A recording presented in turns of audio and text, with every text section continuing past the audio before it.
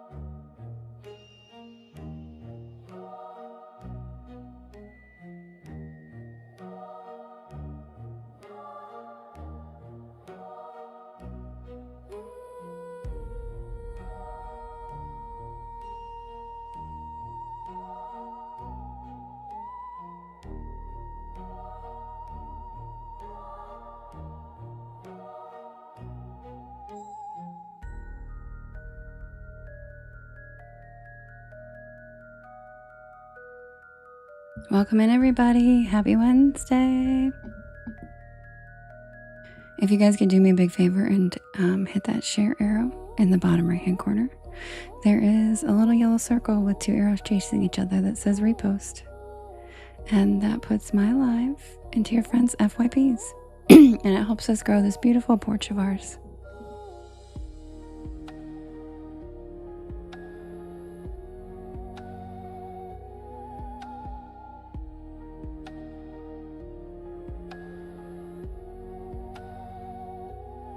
Thank you, Heidi. That's so cute. Thanks, Heidi. I've never seen that. Thank you so much. It's adorable. And read the stories or whatever gets voted for. So people are going to start putting their requests in, and then I will write them down, and then we vote. Hi, Crystal. Welcome in, everybody.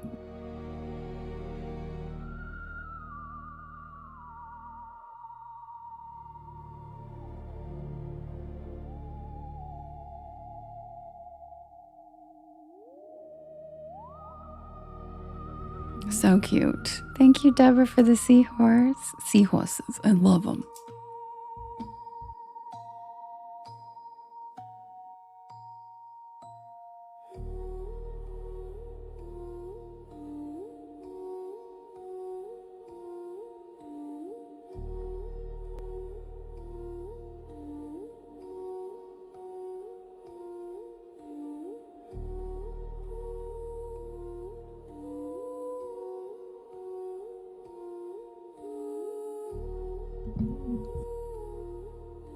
By the way, feel free to start writing your story requests in the chat, and I will write them down and we can vote.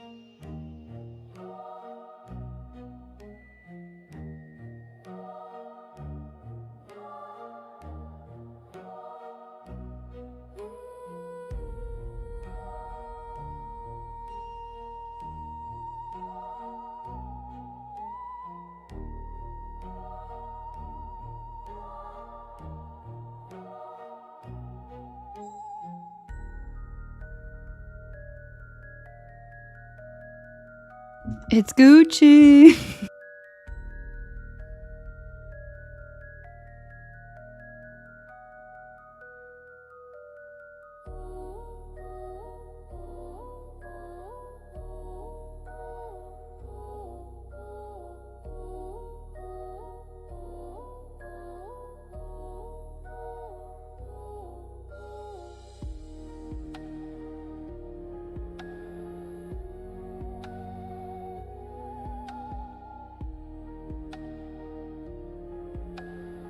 I got you, Lily.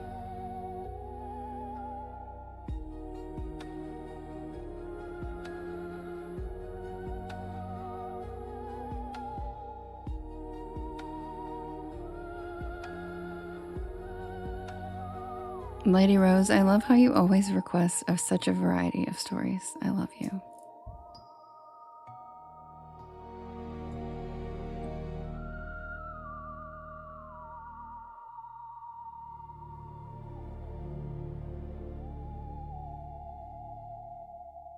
We're actually getting a lot that aren't usually requested tonight. I love it.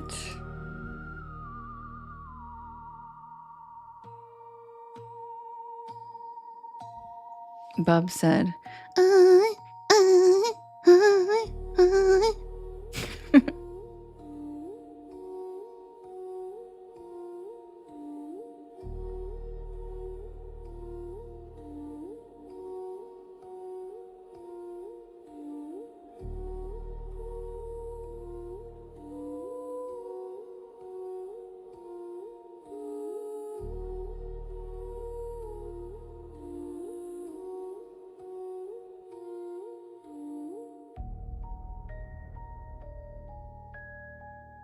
Hi, Ange.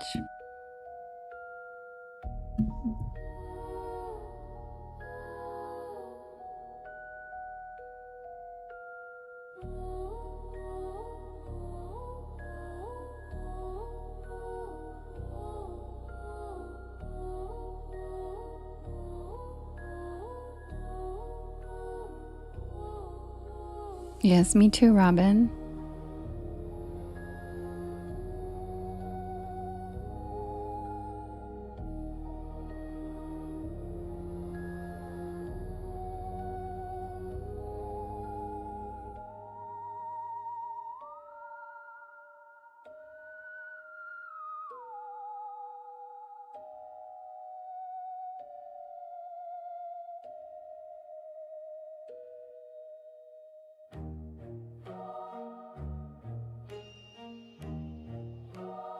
Bubs, thanks.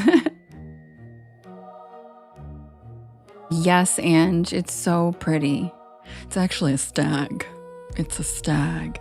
And it's the part of the, a guardian or whatever, right? Thank you so much, Ange. You're the best. I'm probably going to clip it and post it if you don't care. I don't have to if you don't want me to. Oh, Lily, thanks. It's so cute.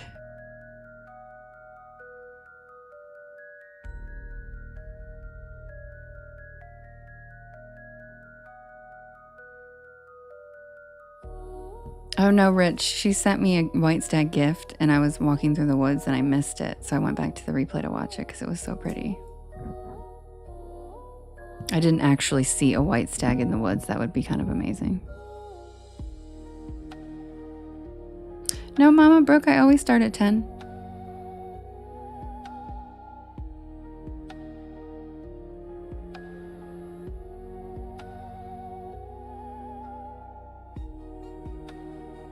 You know what? That happened to me too, Lily. I sent gifts to Lisa, Spooky Glasgow Girl, the other night, and none of them showed up.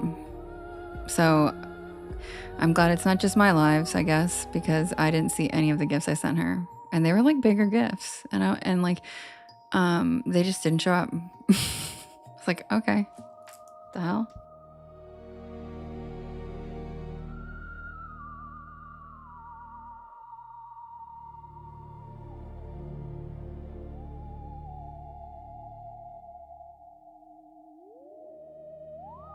And me too. It's stunning. It's one of the prettiest gifts I think they've ever made. And it lasts. It actually lasts for a while. It was so pretty.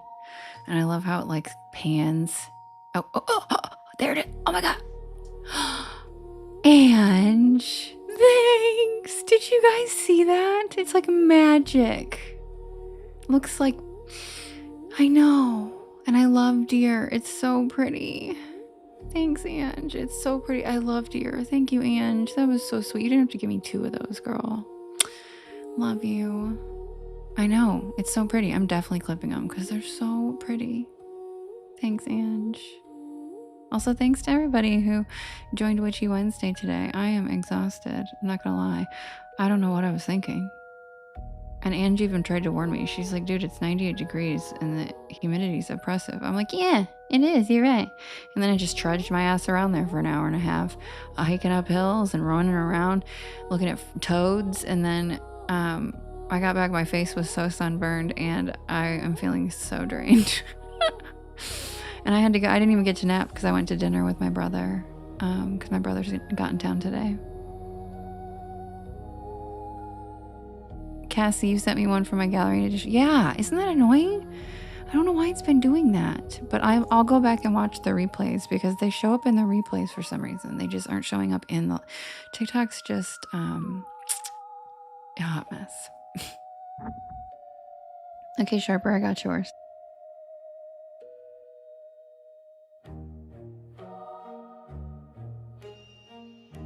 And everybody got to meet Merlin today on the live. He was so cute today. He was a very good boy.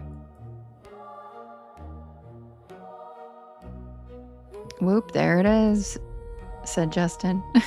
Thank you, Raven. Lisa, there's Lisa. Thank you for the camping gift. Lisa, I was just talking about you and how the gifts aren't showing up for people. And I was like, yeah, I just gave Lisa some gifts the other day that didn't show up. Oh, thank you, Susie Q. Welcome to the porch. Hi, Lisa. Everybody welcome Susie Q to the porch. Lisa, are you going to go message me on Lisa? It's so annoying, isn't it? Be sure to follow Lisa, you guys. She's amazing. She's from Scotland and she's adorable. And she does spooky stories too. Also, Lisa, WhatsApp me and tell me, are you starting tonight or this morning? I doubt it if you're still up, right? Tomorrow?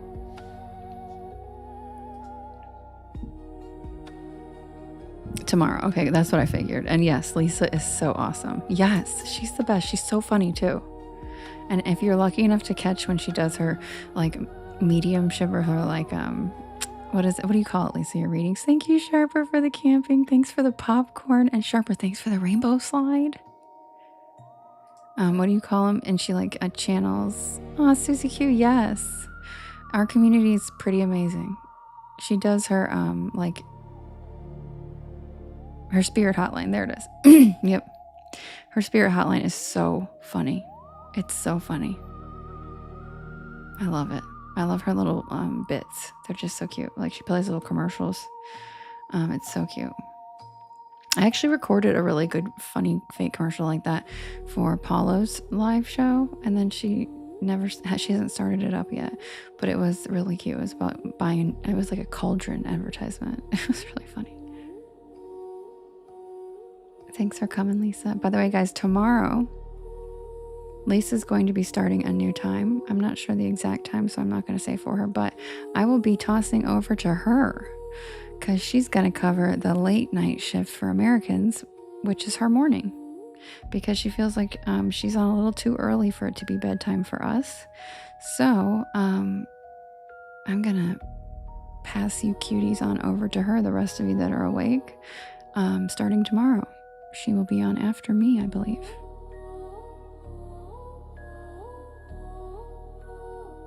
So she can pick up the East Coast insomniacs and the West Coast people going to bed. Yeah. We've been trying to coordinate.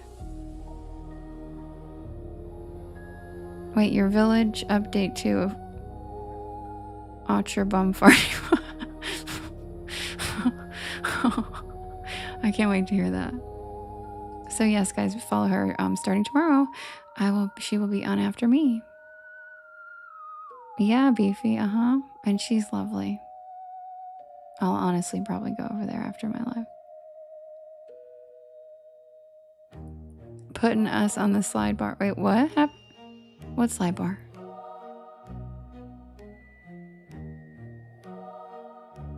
What are you talking about, Kim? What slide bar?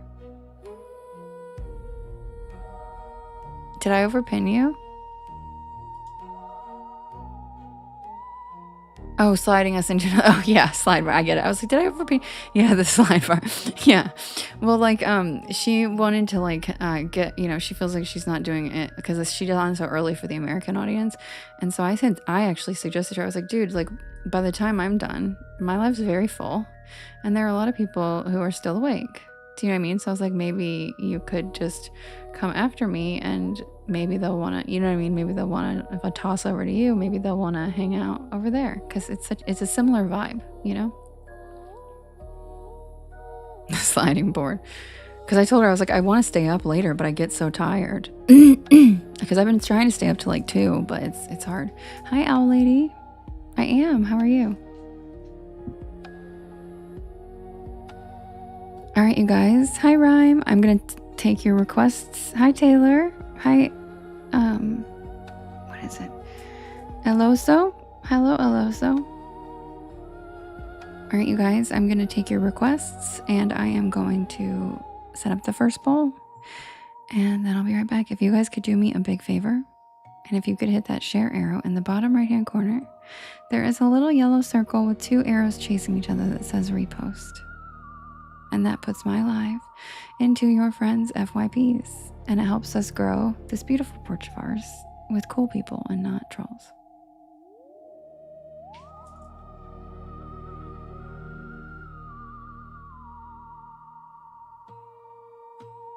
Oh yeah, Lady Rose. Captain Casket used to do that in my live. Right when I was starting out. And is that where he got that from? Because, we can do something similar where she pops up as a co-host, like Lemons used to do, and then you guys just click over on hers, and I like hand you over. You know what I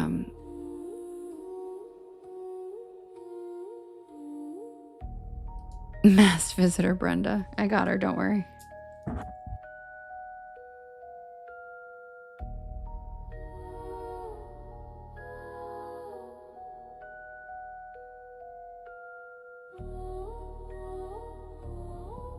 Okay, guys, I'll be right back. Holler, girl. Thanks for the follow.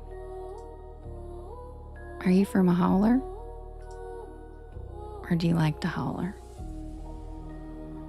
Okay, guys, I'll be right back with the first poll.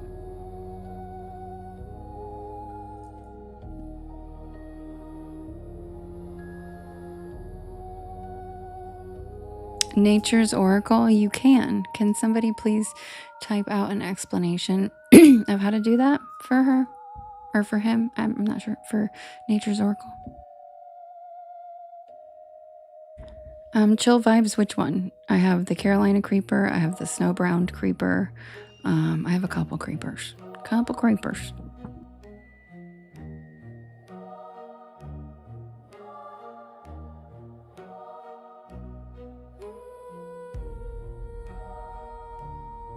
Yes, KJ. I love it too.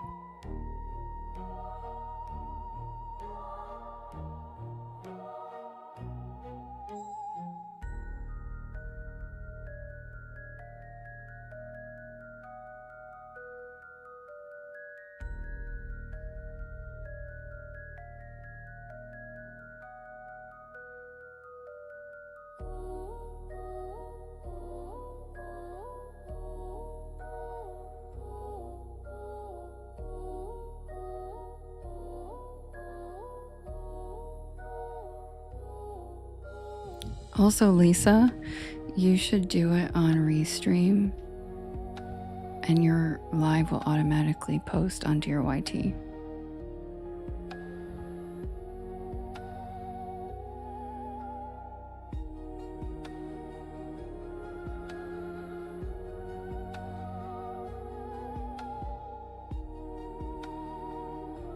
Okay, Chill Vibes, I gotcha.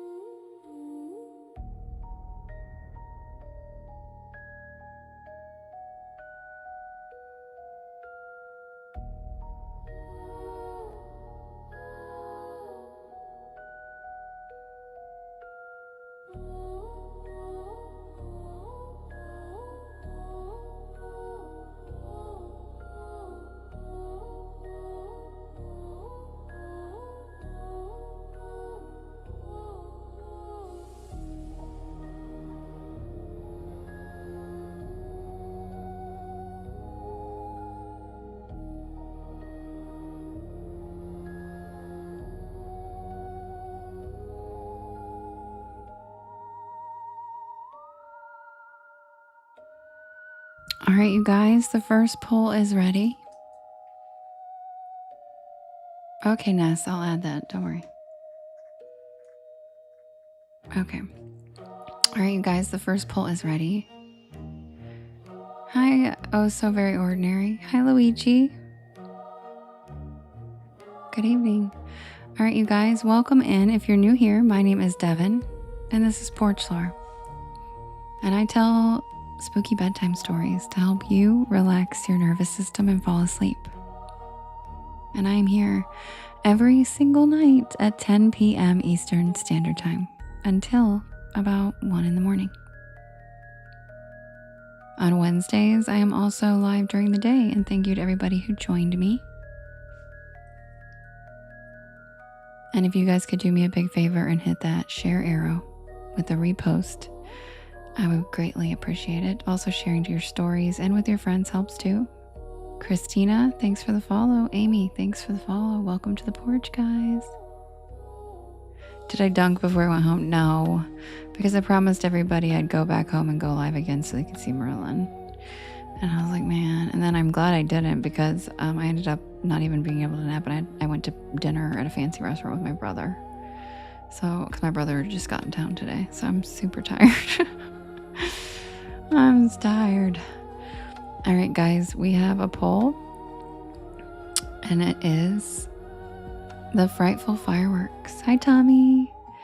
We have The Midnight Movie. We have The Haint Blue. We have Water Babies. And we have The Bluff Watcher. But I might go back tomorrow, Andrew. I might go back tomorrow after my chiropractor and dunk. And you can vote in the top left-hand corner. There is a blue box. And you can vote up to 50 times. And you can vote for more than one story. We have, yes, Mermaid Carissa likes The Water Babies. All right, I also have a Silky story. We have The Frightful Fireworks. We have The Midnight Movie, which is an Are You Afraid of the Dark reworking. We have Haint Blue. We have The Water Babies of Pyramid Lake. And we have The Bluff Watcher. Those are gonna be.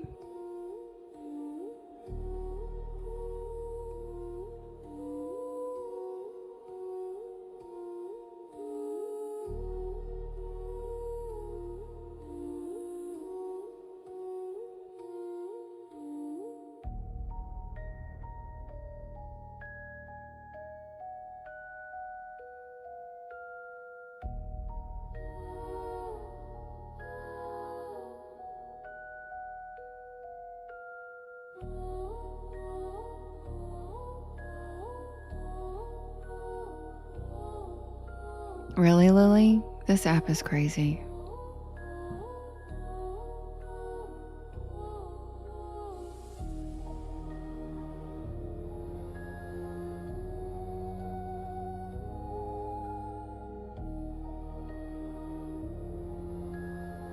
Lily, it's showing me that you voted for it.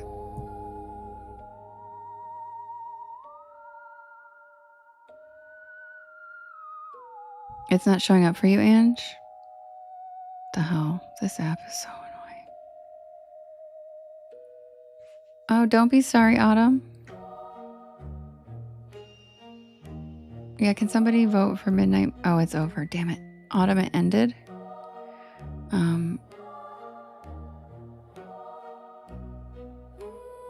But the next poll, I'll be sure to vote for you. I'll have somebody vote for you.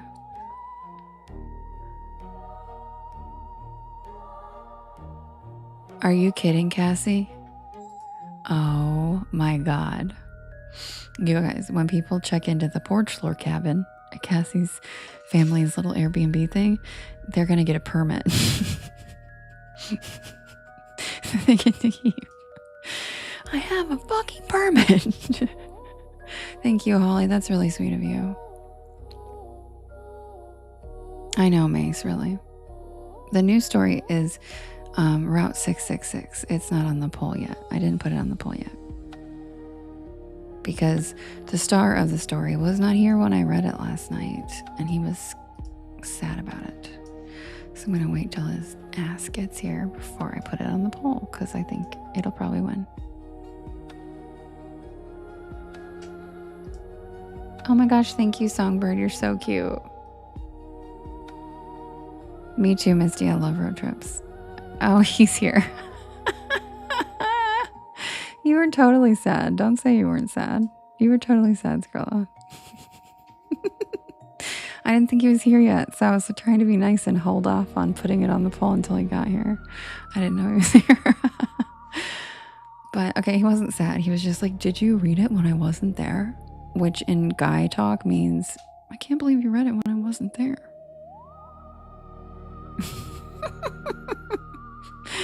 Not slander. Oh, Beefy just became a super fan. Beefy. Aw, thanks. Right, Squeak? Yeah, that's how guys talk. I understand people very well. And when you read it when I wasn't there, I know what that means. I won't do it again. I'm like, I'll wait. I'll wait. All right, so the winner is The Bluff Watcher. Oh, you decorated with paint blue? I love it. The ghost gave it 5 stars. Okay, you guys, the Bluff Watcher is the winner. I'll be right back with the tale of the Bluff Watcher.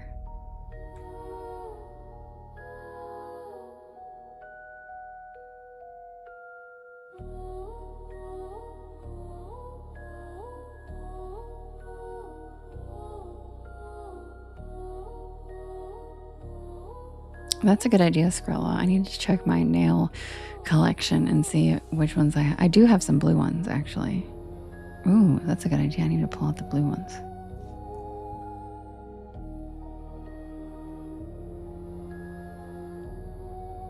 Skrilla just called Justin out.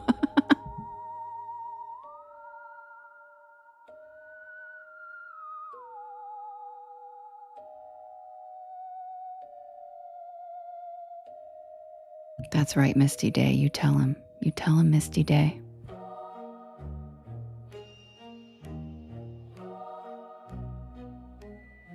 Kim, thank you for the follow. Welcome to the porch.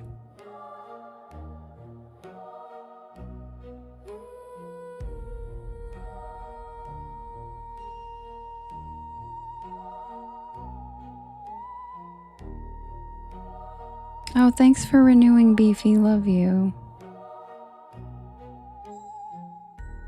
I didn't know if like you had stopped for a while and then, you know, because I knew you were before, but I don't like to like, you know, follow up with people and be like, hey, you know what I mean? So thank you for renewing. Love ya.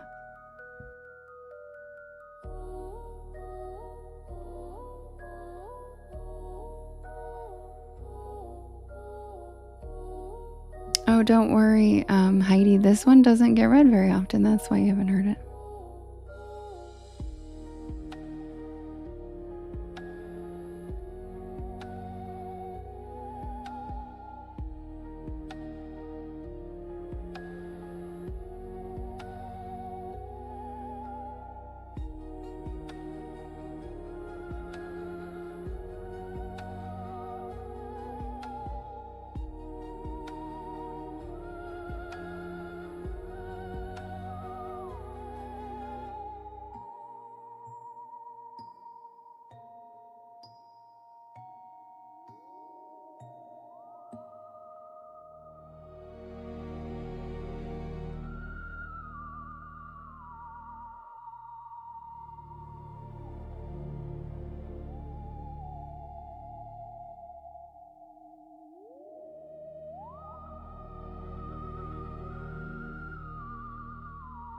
Of course, Ness. I just love you too. I really enjoy spending time with you guys every night, I promise.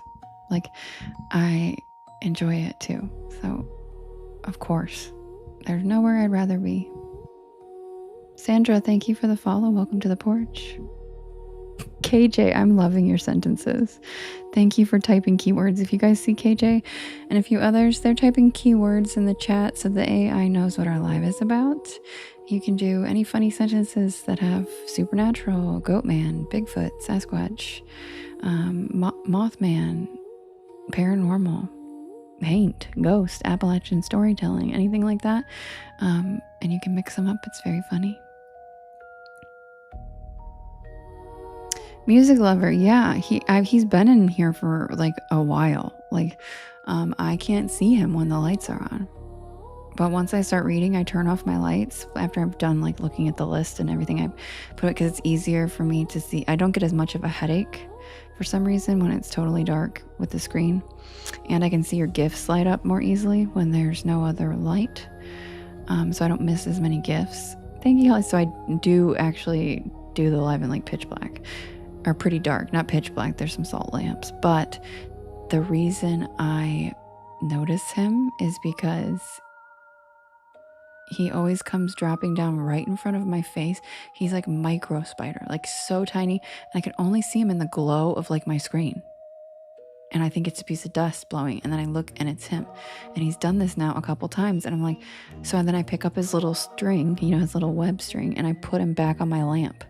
And I've done it twice now, and so I actually can't see him unless I turn like once, like, so maybe he'll come back tonight. It's so cute. He's so tiny and he's like clear. Like, he's got to be a baby. There's no way he's a full-size spider. But he really likes the show because he is not, like, out of everywhere in my room that he could be dropping down, he's come onto my mic twice. That's not a coincidence. He is so tiny. It probably takes him a while to even get over to right above my mic. He has to like position himself perfectly to drop down onto my mic, if you think about it. And that's really cute. So cute. I know, for real. He really does. All right, you guys, sit back and relax. Be right back with the Bluff Watcher.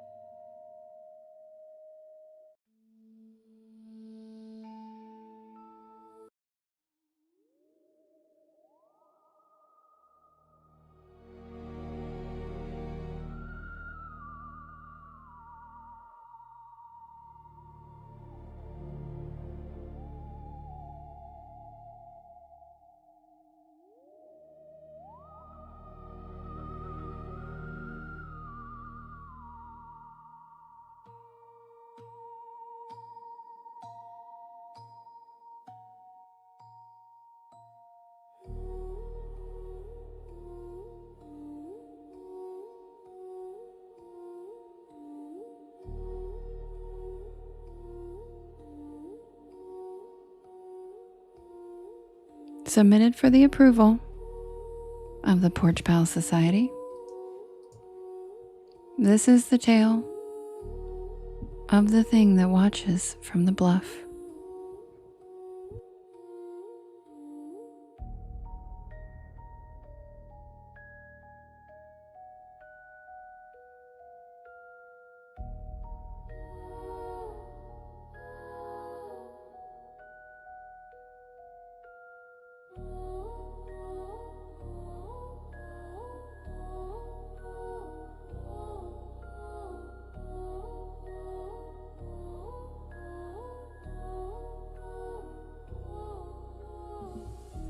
I wasn't supposed to be in St. Louis that weekend.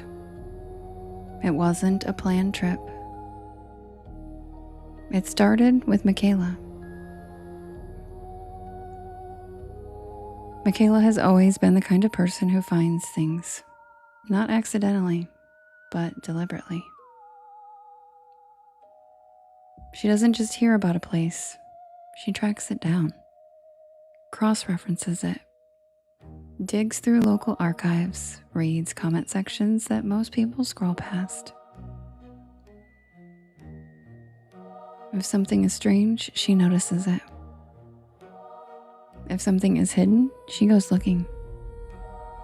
So, when she texted me about a stretch of river bluff outside St. Louis, a place locals don't like talking about, I already knew how this would end. With us going.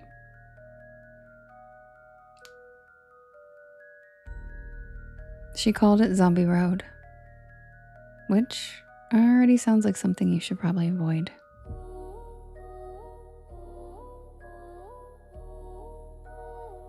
Officially, it's Lawler Ford Road, a narrow, overgrown trail cutting through forest along the Merrimack River in Wildwood, just outside the city. But nobody calls it that. Not if they know the stories. Before it became a haunted trail, the road was something else entirely. Thank you, Holly. In the 1800s, it ran alongside a major railroad line.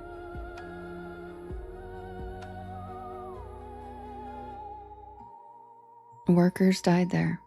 Accidents, cave-ins, explosions.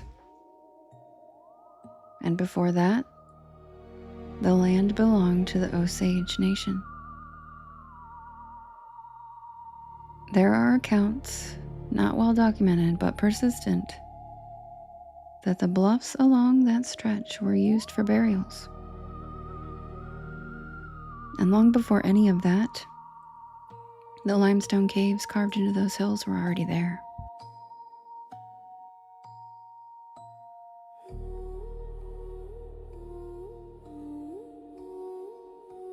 By the early 1900s, people started reporting things. Figures on the bluffs, voices where there were no people, something pacing the tree line at night.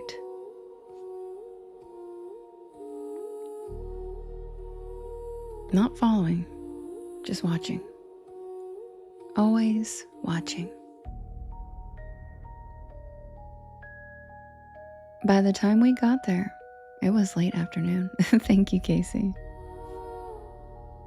The kind of heavy summer day where the air sticks to your skin and the sky looks too still. We parked near the trail entrance just outside Wildwood. No crowds, no hikers. Perfect. Just a narrow path disappearing into trees. Thank you, Jeff. Michaela was already smiling, that quiet, locked-in smile she gets when she knows we're about to find something. Thank you, Cable. The trail started easy, flat, packed dirt. The Merrimack River off to the side, slow and brown, barely moving.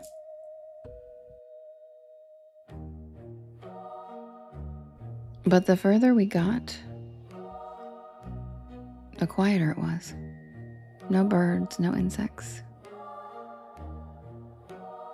About 20 minutes in, Michaela slowed down. She didn't say anything at first. She just tilted her head slightly, listening. "What?" I asked. She didn't answer right away.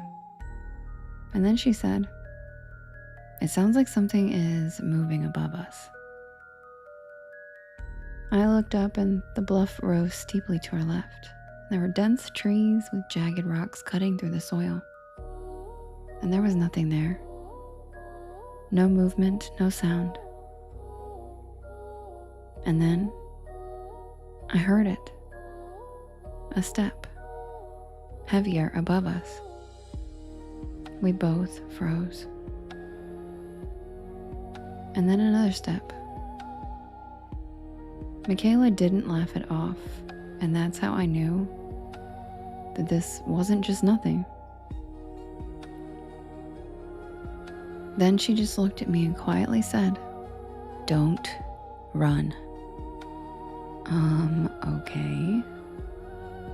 So we kept walking, and it kept moving. Every time we moved, it moved. Every time we slowed down, it did. Always above us, then just out of sight beyond the tree line. But we could hear it. We reached a bend in the trail where the bluff slightly dipped lower. And for the first time, I saw it. Not clearly and not all at once. Just a shape in between the trees. Tall and standing completely still. At first, I thought it was a person or maybe a tree, but something about it was off. And then it shifted, just slightly. Like it had been watching us the entire time and didn't expect us to see it. Michaela grabbed my arm and said, "We need to go back." Thank you, JD. It's so cute.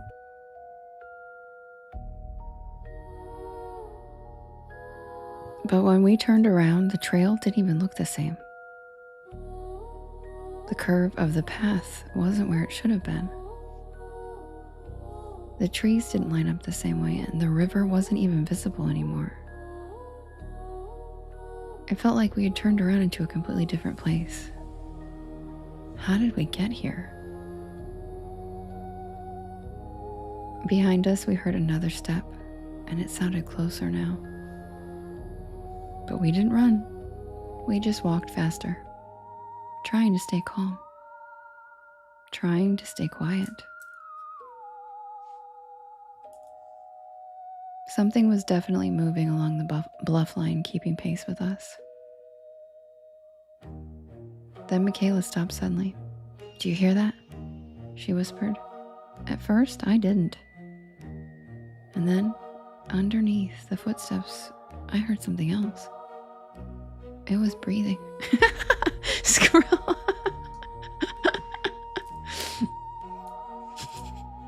It was breathing. Right above, slow and deep. Almost like something large was trying very hard to stay quiet. And that's when we ran. Not a sprint, not a panicked flailing, controlled and focused. Get back to the entrance and get back to the car. Angela. The trail stretched longer than it should have.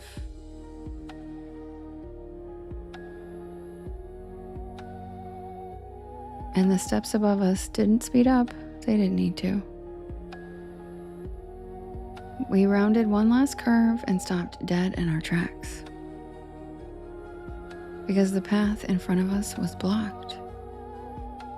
A fallen tree. Massive. Freshly split. It hadn't been there before. We would have noticed. Michaela turned slowly. The bluff above us was closer here, steeper. And standing at the edge, looking down at us, was the thing that we had seen before.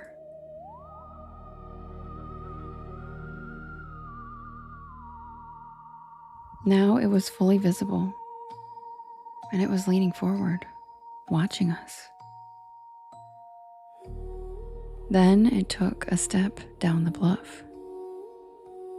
And that's when Michaela did something that I did not expect. She stepped forward, not back, forward. And then she said, "You're not supposed to cross." Her voice didn't shake. It sounded certain. And then the thing froze. Michaela took another step and said, "You stay up there." And it listened. It didn't move. It didn't descend any further, it just watched us. Then Michaela grabbed my hand, looked at me and said, "Now." We climbed over that fallen tree and we ran. We didn't look back. The moment we crossed it, all the sounds came back. The birds, the wind, the river. Everything normal again, like we emerged out of a portal. We reached the car, and we drove back in silence. We didn't speak until we hit the highway back towards St. Louis. I asked her how she knew what to say. And then she looked at me and said, "I didn't. I just remembered." A week later, I went looking for records, old maps, historical accounts, anything about that stretch of land. And I found something buried in a local archive, a reference to Osage burial grounds along the bluff line. And a note, handwritten, barely legible, that certain areas were considered boundaries, not for the living, but for what stayed above. Spirits, watchers. Thank you, Robert. Things that were not meant to descend.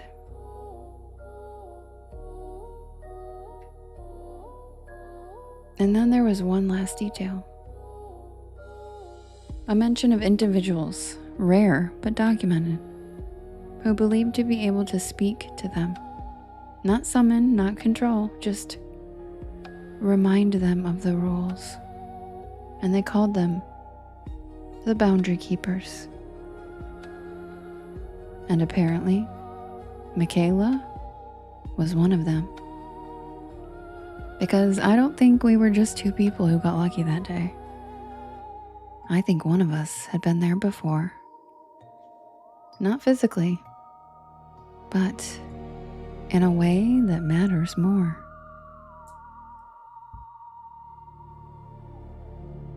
And that's the tale of the thing that watches from the bluff.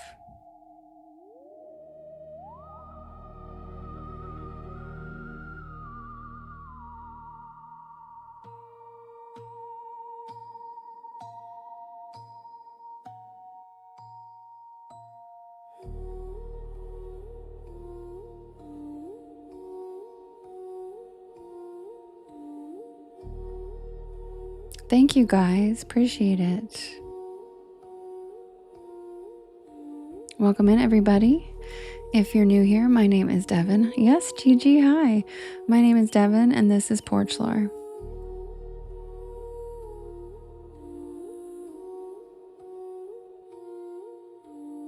I tell spooky bedtime stories to help you relax your nervous system and fall asleep. Thank you, Tater Tot. Thank you. Is it Raw? Thank you, Raw. And I'm here every single night at 10 p.m. Eastern Standard Time until about 1 in the morning. Thank you, Raw. I do write and record all these stories myself, and you can listen to them whenever you would like on my YT channel, as well as all the podcast streaming sites. Deborah, thanks. I love that watermelon slide. Thank you, Gen X Nail Tech. And yes, Skrilla, I do rap too. Jamal, thank you for the follow. Welcome to the porch. Good night, Sandra. Thanks for joining us. Have a great night. And all of these... Oh yeah, and in British, you're right, JK. All of these stories are available on my YT channel, as well as all the podcast streaming sites. Just look for Porch Lore and you'll find them. I also have a playlist tab on my YT channel, and if you click on that, there's a playlist called Bedtime Stories. And that's where all these stories live, so you can listen to them whenever you would like when I'm not live. Actually, that's funny you say that, Beefy. I'm like a Martha Stewart with wrapping gifts, actually. I'm like very good at gift wrapping. It's like an art. Like I use the wire ribbon.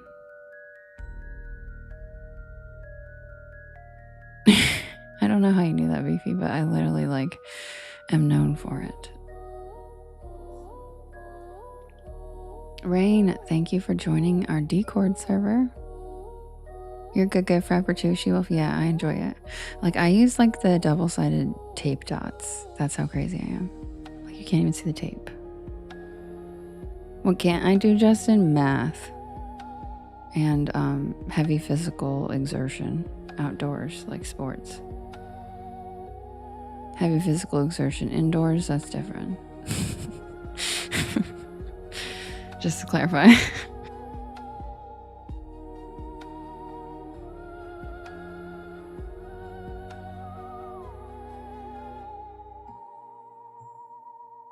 That's true. Cheerleading is a sport, but it's not really like I'm like cardio. Nope.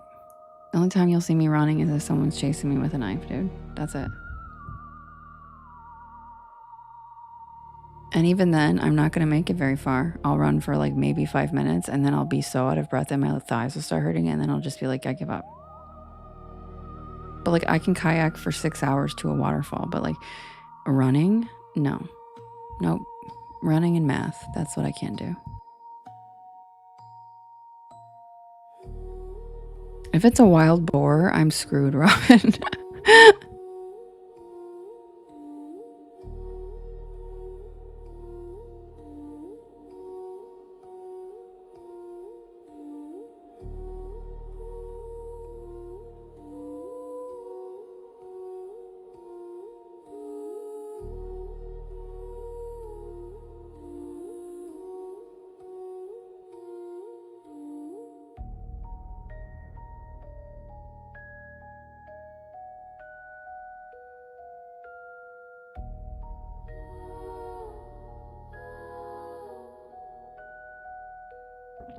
Yeah, wild boars. I like love every animal, and I'm not even scared of like mountain. Like I've literally encountered a mountain lion before and been like, "Hi, baby," and it was fine.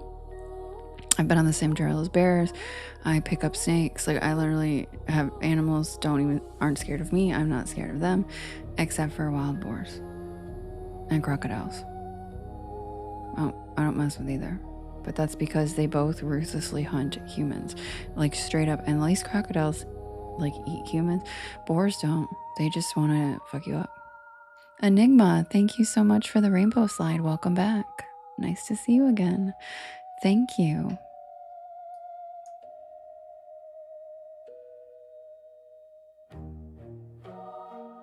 I appreciate it. Aren't enigmas? Do you guys know how the enigma thing works?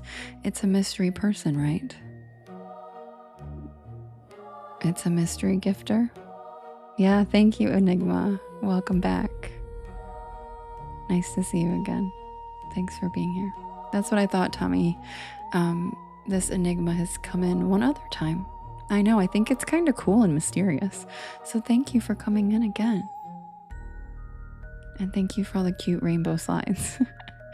I don't even know what's sliding down them. Do you guys know what that is? I can't tell. Is it a cloud? It's so cute. Can't see scores in battles either. Oh, that's helpful, I bet. Interesting. Like they can't see your scores, right? Or like, wait, what do you mean? You can't see other people's scores? Oh, it's a magical carpet. Robin, thank you for the star map of Polaris. What do you mean, Laura? Oh, whatever. Oh, is hidden. Oh, I see. So, okay. I get it. I get it. In battles. Interesting. It's like a Robin Hood out here on TikTok, right? Like a masked gifter. I know that star map of Polaris is cute, right? What did you eat, Squeaks? Thanks for the stingray, JK. Bisbee, thanks for the little rascal. Where'd the raccoon that was eating pizza go? Did they already get rid of that trash panda? I loved that one. I don't know if it's a custom name. Jinta Legend in Korean League. You're in the Korean League? Cool. Do you know any Korean folklore that you'd like to share with me? I'd love to hear it. I'll write a spooky story about it. JK, thank you for the sound spell. That's so cool.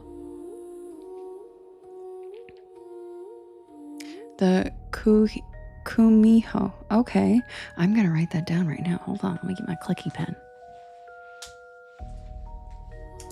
Okay, Kumiho. Hold on, let me write this down. Kumiho. Kumiho? Okay. Cool. I can't wait to look it up. I love covering folklore from other countries, especially in other cultures and stuff.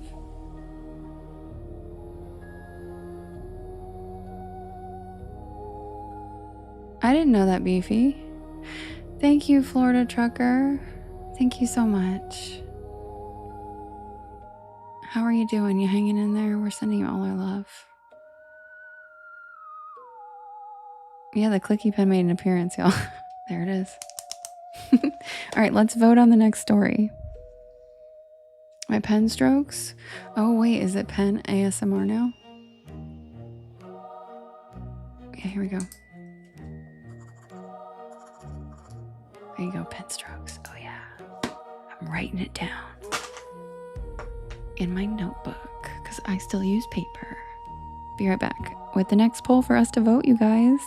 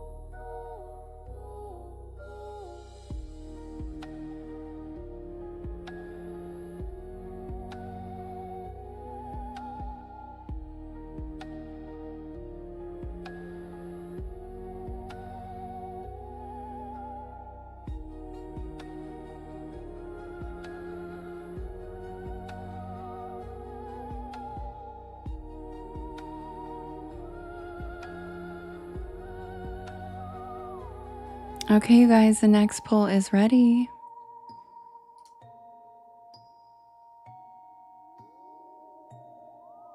All right. You know what's funny is that kind enigma person comes in, gifts me, and then they never stay for a story. I don't think they've ever even heard me tell a story. They're just nice, I guess. Lemon Killer, thanks for the follow. Welcome to the porch. Because he's already gone. I'm like, wait, you still haven't even heard a story. Let me at least, I know it's so kind. I'm like, please let me tell you a story at least. But he's always gone by the time I hurried this poll up thinking, and he left again. He's done that every time. I'm like, man, I just want you to hear a story. All right, you guys. So the next poll, we have the Devil's Highway.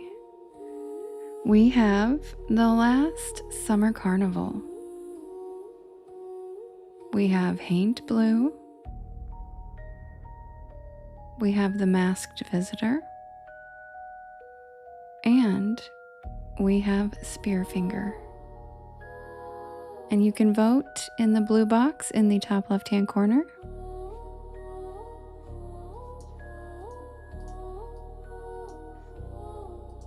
We have The Devil's Highway, which is the new story of the week featuring Skrilla. We have The Last Summer Carnival. We have Haint Blue. We have Masked Visitor, and we have Spearfinger. Yeah, I know, Skrilla. Yeah, we were just talking about that. But it's the same enigma because he has the same numbers. He has like a custom enigma name.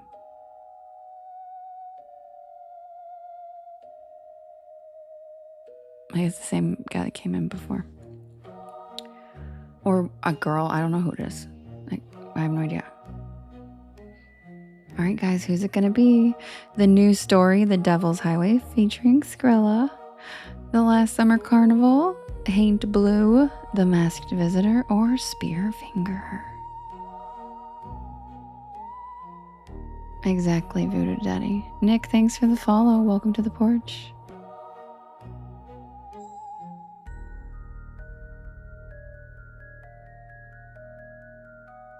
Lily, you don't want to know.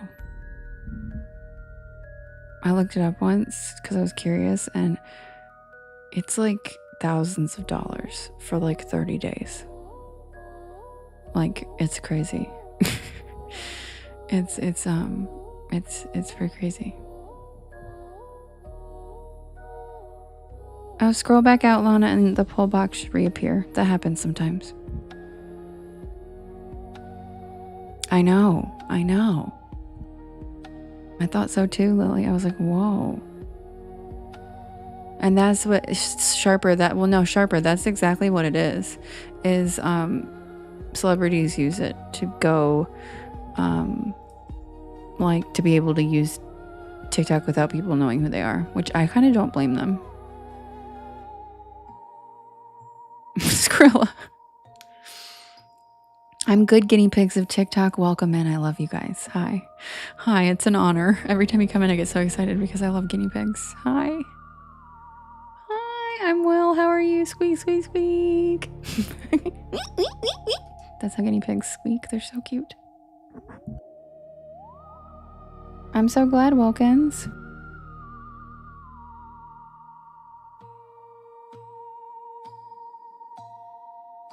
Oh my gosh. That was a close one. And you guys, the last summer carnival one, and I am shocked. KJ, that is so funny. All right, you guys, the winner is the last summer carnival. And I'll be right back. Grab a beanbag chair. Oh, it's the nine-tailed fox? Oh, Lady Rose. I didn't know that was its name. I already know about that cutie. I have 12 in my room. Made out of crystals. They're so cute, but they are actually considered tricksters. But again, I love elementals, so perfect. Hi, CJ. Carl. Yeah, I guess, Skrilla, jeez. It was actually very close. It's Naruto. Thanks, Lily. Okay, guys. Lily's the best. Grab a beanbag chair, grab a hammock, sit back and relax, and get ready for the tale of the last summer carnival. And will you guys do me a big favor while I'm getting that story pulled up? Could you hit that share arrow in the bottom right-hand corner? There's a yellow circle with 2 arrows chasing each other that says repost. Me too, Lily. That puts my live into your friends' FYPs, and it helps us grow this beautiful porch of ours. It also helps bring in cool people instead of trolls. And good, Chris, that's the whole goal. Robin's eyelids are heavy. Good night, Robin. We love you. That didn't take very long tonight, Robin. All right, guys, I'll be right back. Happy Wednesday.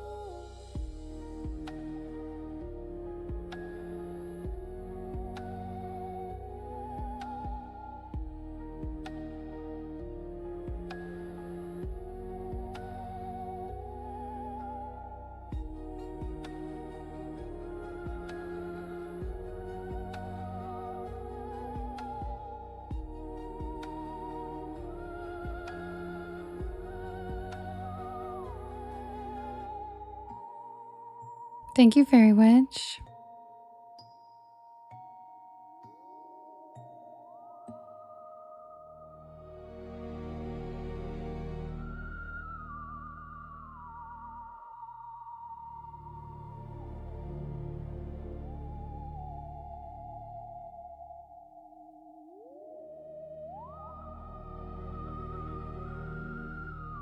Oh, Laura, you have a book on Mexican ghost stories? Cool.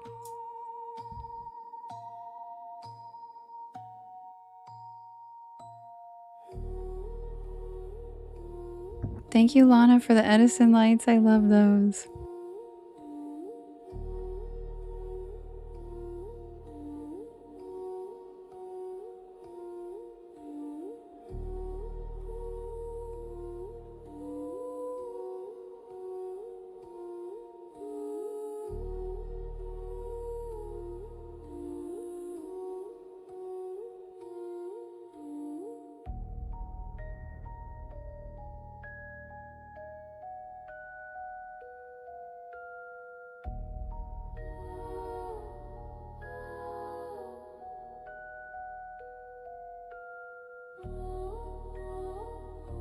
Poor Ellie, it's not letting you type funnel cake. I knew what you meant. I love funnel cake. Oh, I'm sorry, Gigi. Swipe out and come back in. Sometimes it's the app. See, Ellie, you still meant funnel cake, didn't you? TikTok's not letting you say it tonight. Oh, I love malt fries too, Wilkins. Are you German? Are you German? Or are you British? Like, of descent?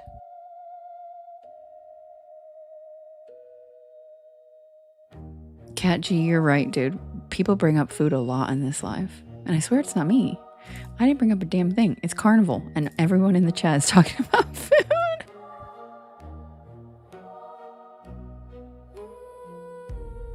Yeah, the final cake does sound kind of enticing. I'm like, final cake?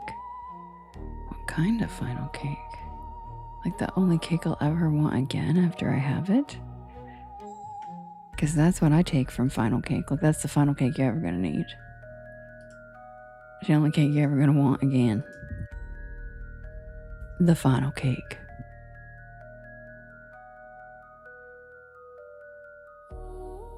The cake that ruins all other cakes for the rest of your life.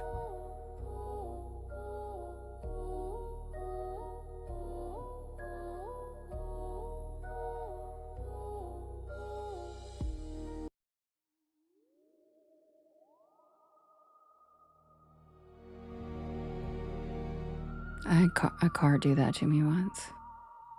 No other cars have been the same. They're all junk.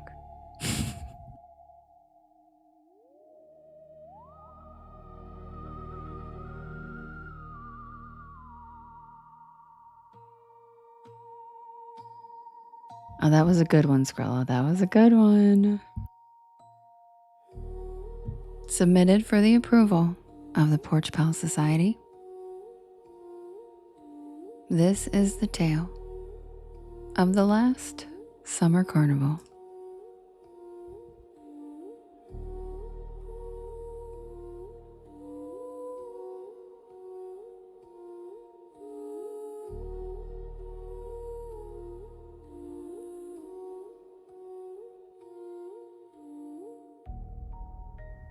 Lulu and I took the long way on purpose.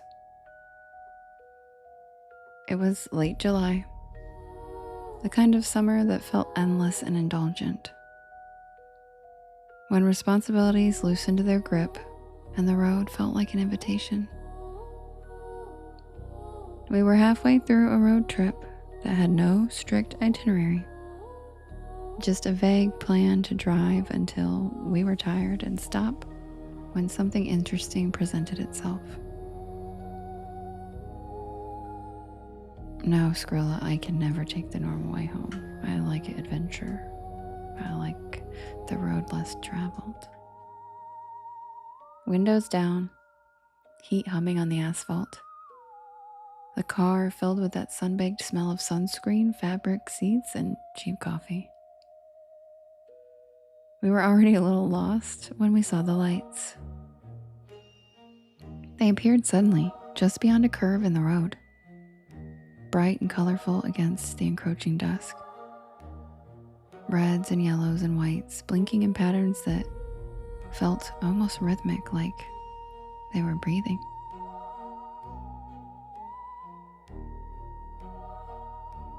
The Ferris wheel silhouette rose above the tree line, its spokes lit evenly, rotating slow and steady.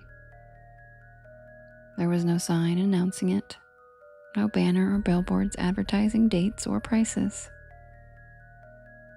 Just a narrow gravel turnout and the distant, unmistakable glow of a carnival.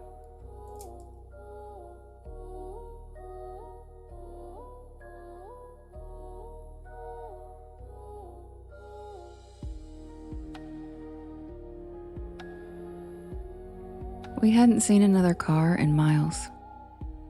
It felt spontaneous and perfect. In that way only summer detours ever do. We pulled off without much discussion, gravel crunching under the tires. The heat of the day finally starting to break as the sun slipped lower. The air smelled like cut grass and warm dirt, layered with something sweet drifting toward us like sugar and oil. The closer we walked,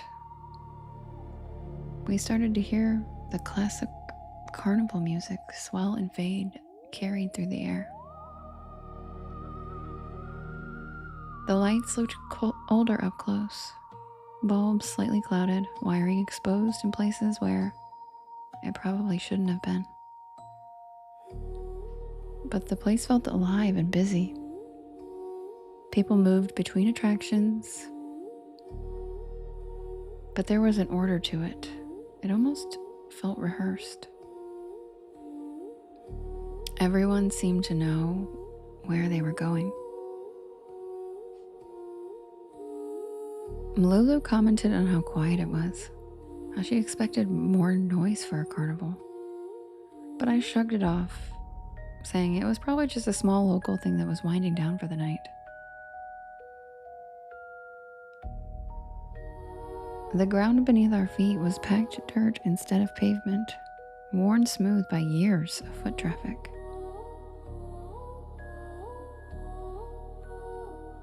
The first game we passed involved glass bottles stacked impossibly high. The prizes hanging above were sun-faded stuffed animals, their smiles permanently stitched, their fur dulled from exposure. When someone stepped up to play, the attendant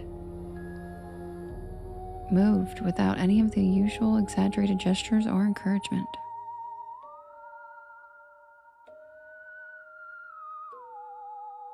The bottles fell the same way every time, like we were in a loop. As we moved deeper, I started to notice other patterns that felt off in small, easy to dismiss ways.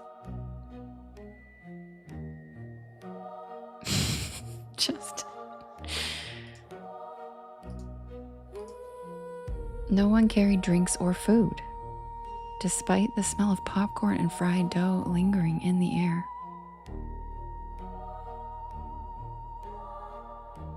The rides operated continuously, never stopping completely. Their operators switching places seamlessly as if they had rehearsed the handoffs. Faces passed us again and again that looked familiar, almost like they were circling through a limited cast. The Ferris wheel drew us in eventually. From below, the lights were almost hypnotic, rotating in slow, deliberate cycles. The ride operator gestured for us to move forward. I sat down, and the metal seat was warm, and not from the sun, but from constant use. As we rode higher, the carnival spread out beneath us. Beyond its edge, the darkness pressed in thick and complete. There were no visible roads, no distant towns, no other lights anywhere on the horizon.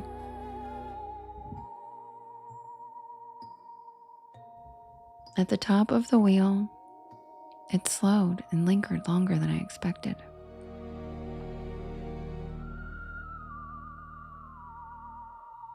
And from that height, I noticed something unsettling. The carnival didn't cast shadows the way it should have. The lights illuminated surfaces, but the ground beneath people's feet remained evenly lit and depthless. When we descended and stepped off, I felt a strange relief, like I had been holding my breath without realizing it.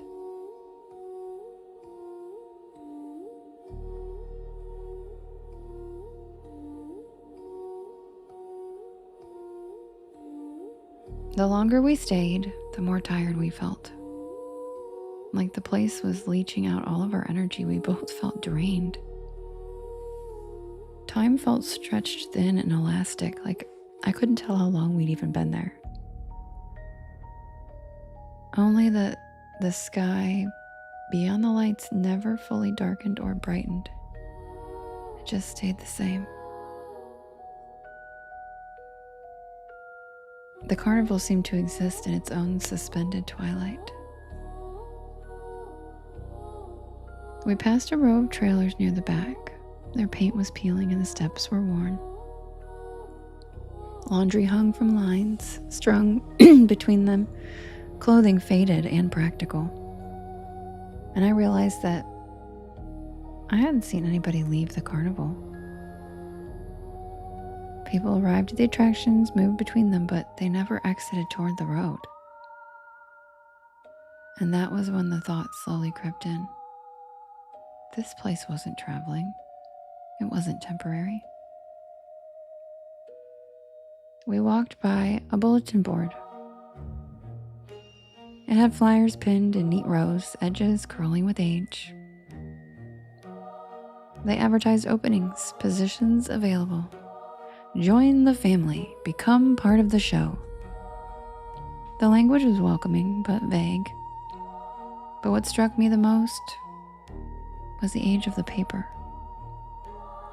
Some notices appeared to be decades old, layered beneath newer ones that looked identical.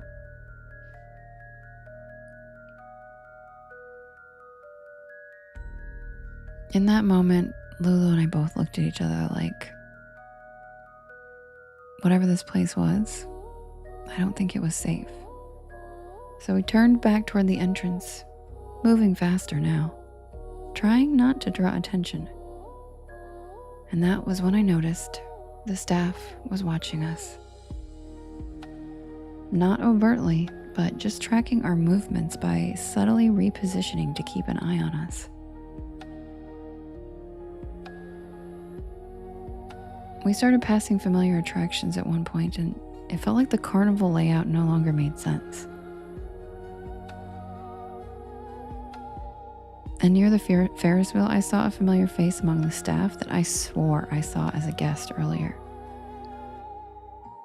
And their expression was serene and fixed. Their eyes were glazed over like they were in a trance. And that was when the realization started to sink in.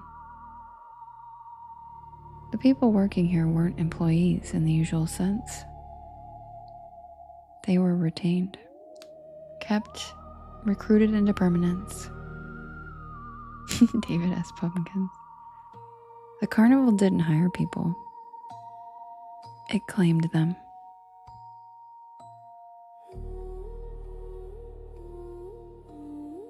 We broke into a run, pushing past bodies when the exit appeared suddenly.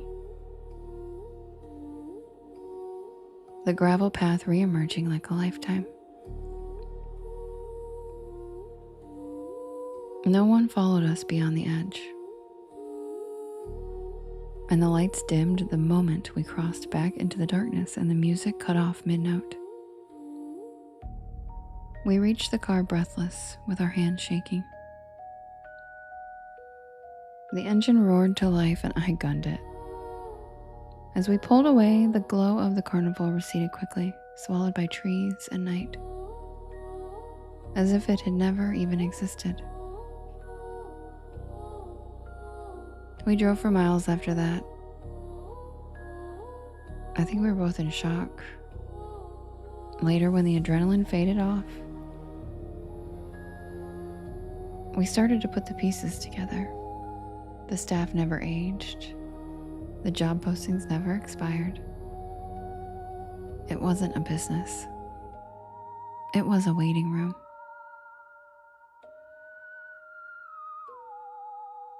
We never found that carnival again. But sometimes in the height of the summer, when the night air smells like sugar and oil, I think about how close we came.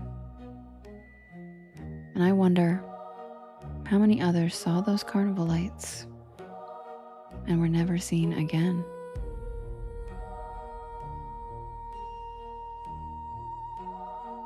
And that's the tale of the last summer carnival.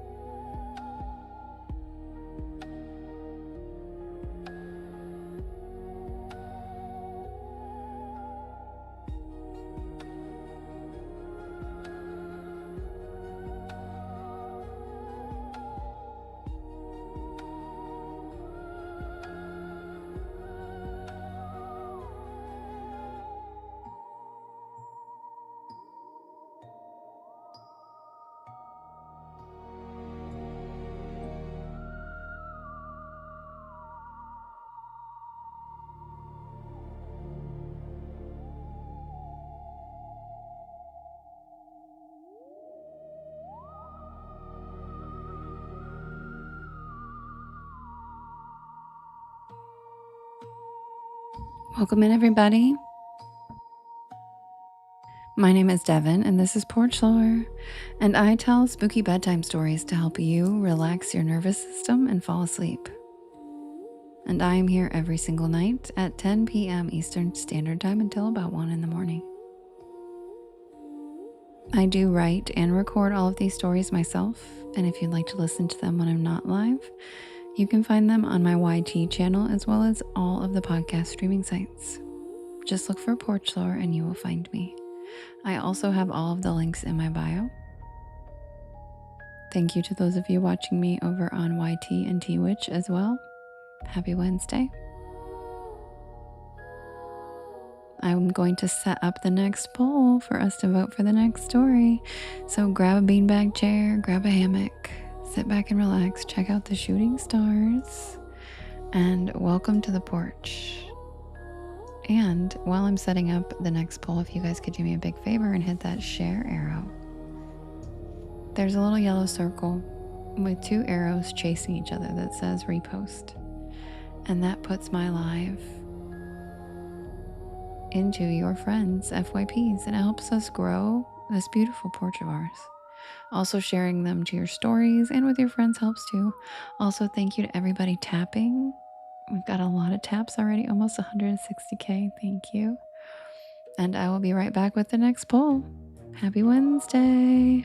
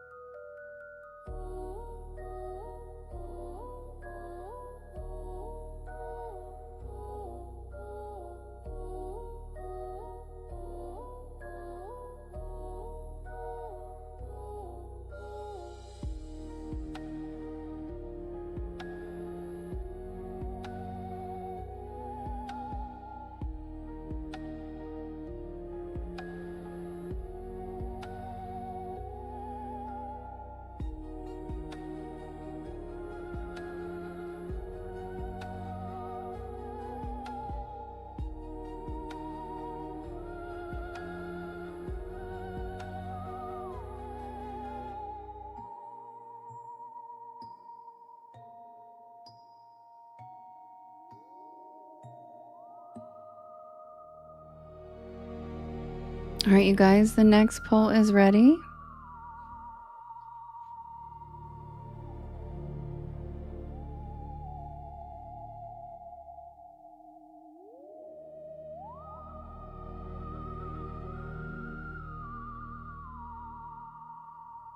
Fairy, that's a cute Mean Girls reference. I got it too. On Wednesdays, we wear pink.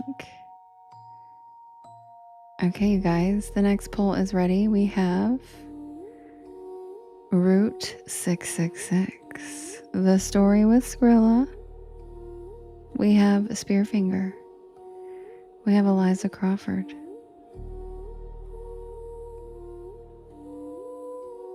We have Booger Hollow.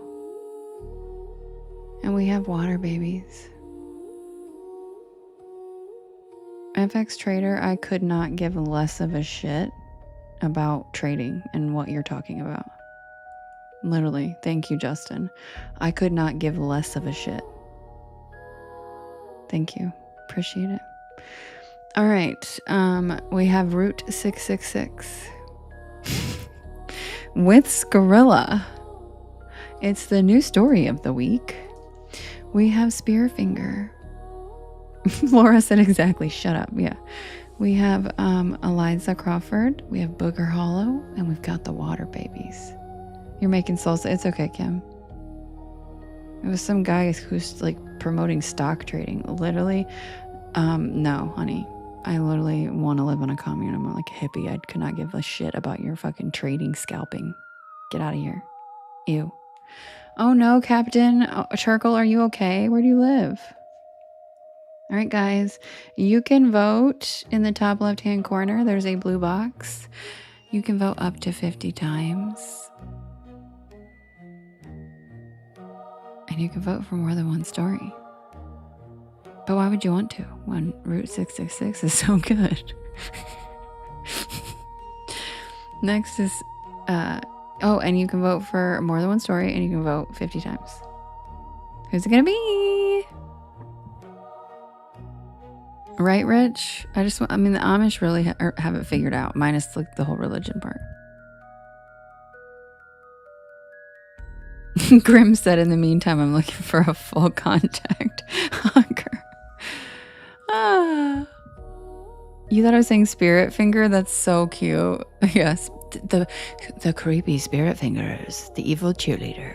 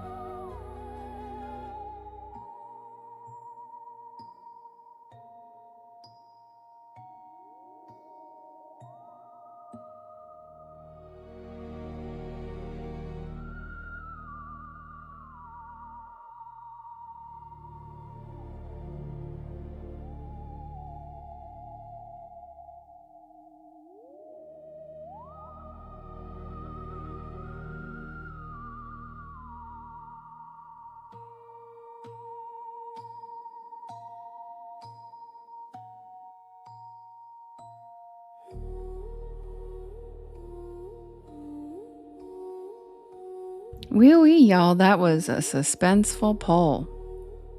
That was suspenseful, wasn't it, guys? That was neck and neck. Neck and neck.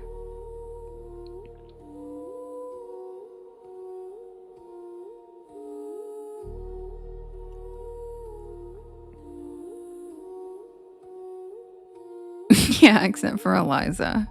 Rich throwing shade at Eliza.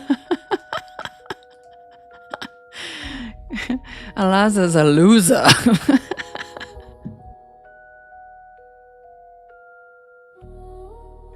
And the winner is Route 666, The Devil's Highway, the new story of the week.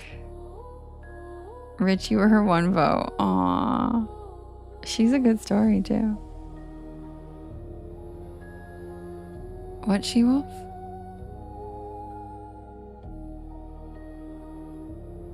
Yeah, maybe next time.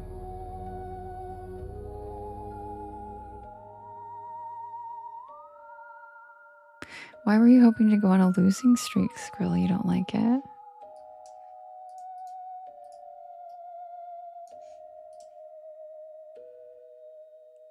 Not my water baby, not my problem. I mean, I can change his name.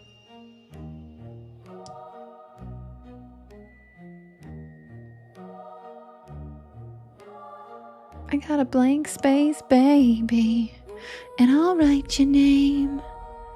I'm just kidding. I know, I was kidding too, Skrilla. Hi, Crystal.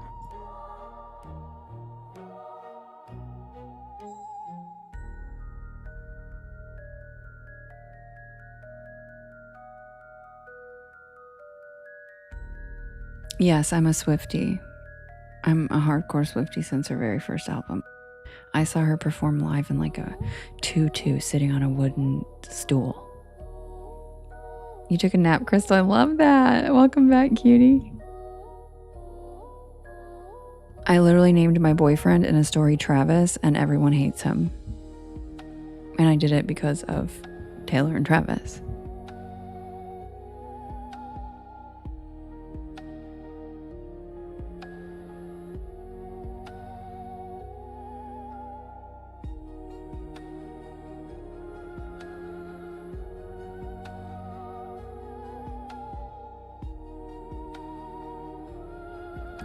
Rich, I actually did. That's why I was so late to my live that night. I was doing it from a hotel.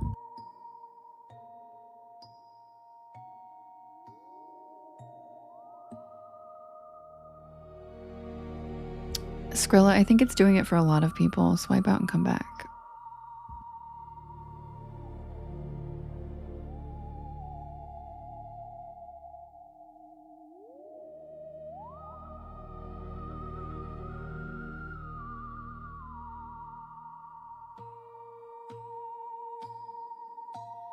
All right, guys, I'll be right back with the tale of The Devil's Highway. Thank you to everybody who reposts. You can also unpost and re-repost every once in a while. It just kind of like refreshes the algorithm. Thank you, Oh So Ordinary, for the pretty star.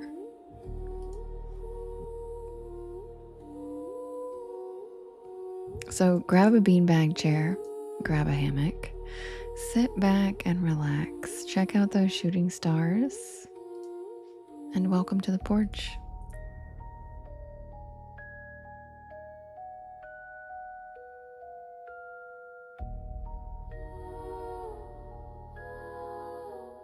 Also, you guys, Cassie informed me tonight that when you stay at the Porch Lore cabin, you will get a permit that you get to keep.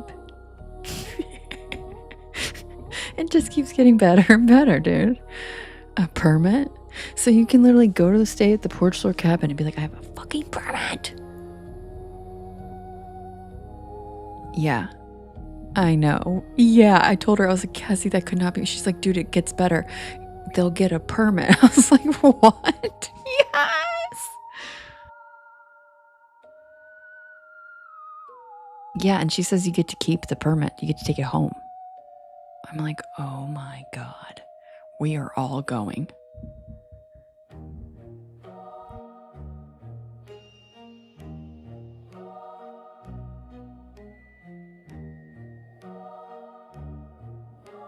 Thank you for the follow, Michelle. Welcome in. Oh, we're definitely framing it. Yeah, really. Me too, Bisbee. We're doing it. We'll probably have our meetup there. Rochelle said there should be scratches on the door. 100%. We need to make a list for Cassie.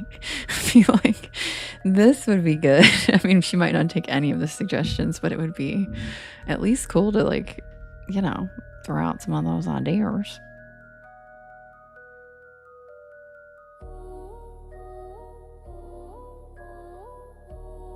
Polaroid camera, that'd be great. Porch Palooza, I love that, Skrilla. I love that. That's a cute name, actually. I don't know why I never thought of that. I love that. Porch Palooza. Thank you, Siren. Thank you, Kara. Thank you, Jenna. Crystal, thanks for the cozy cryptids. Bryce, thank you for the corgi butt. Thank you so much for the cute corgi booty.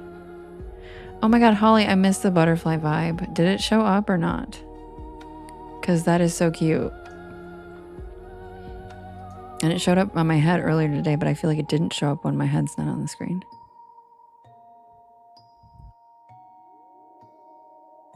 Yes, there's another girl in here named... There's a lot of us sirens in here, Mermaid, myself included. Hello. Hello. We have a siren in here. We have you. We have me. The gang's all here, girl. Kim, it's the same person. Porchella is good too. Miss Glass, I like that.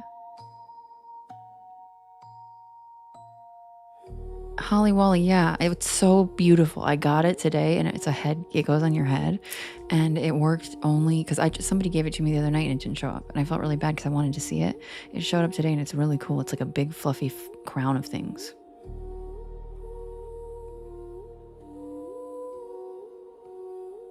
Well, and Mace, I've got the double threat. I don't only have the frequency melodic voice, but I also have the eyes. And I don't know if you guys know that, but that's a little unknown. Very few know that fact, that some sirens can also glamour people with their eyes.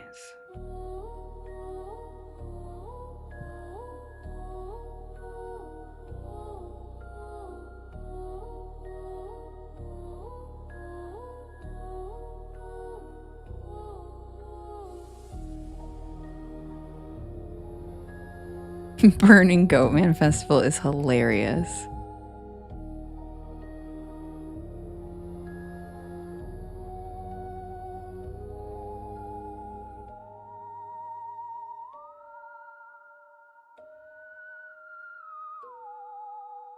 There you go, Siren. Mesmers. Yes, ma'am. Mesmerizers. Mesmerizers.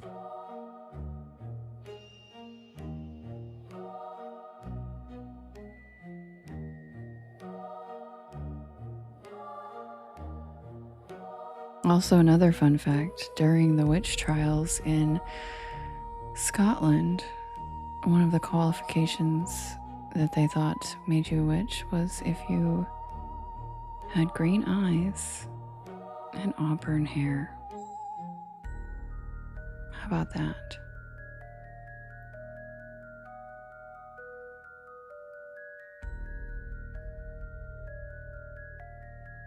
Me too, Siren.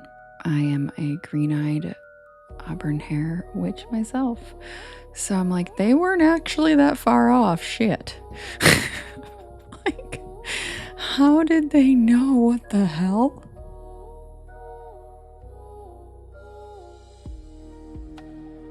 Thank you, Tracy.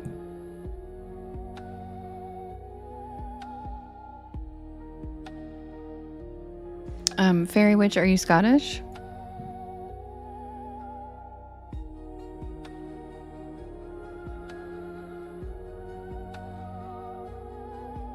Scarlet, I love it. Just me. I dyed my hair so I can't be called a witch still. Nobody needs to know what I do in my house. I know, because they're still, I don't even care how long it's been, they're still not about witches. Like, it's been 700 years and people are still like, that's that demon devil witch stuff. Like, oh my God.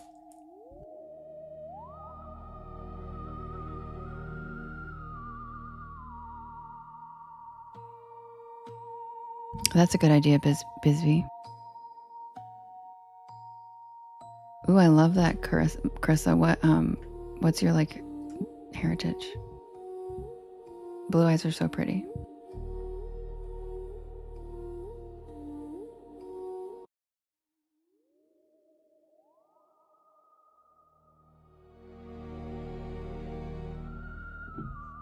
Submitted for the approval of the Porch Pal Society. This is the tale of the Devil's Highway.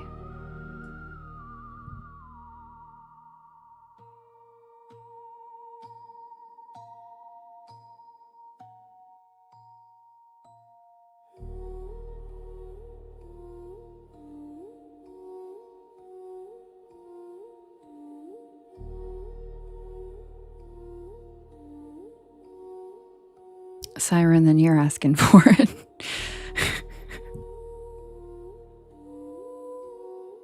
You have like a Pop-It air freshener.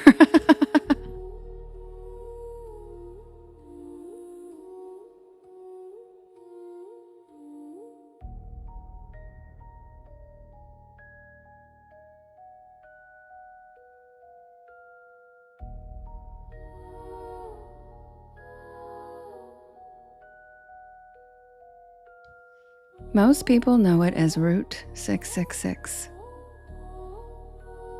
the Devil's Highway.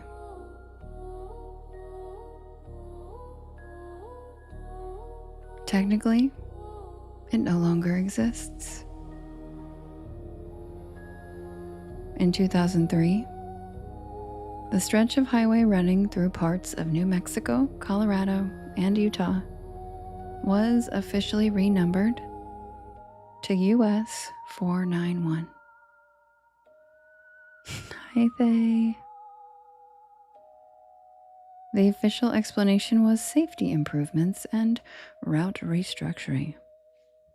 But nobody who grew up around the highway believes that story.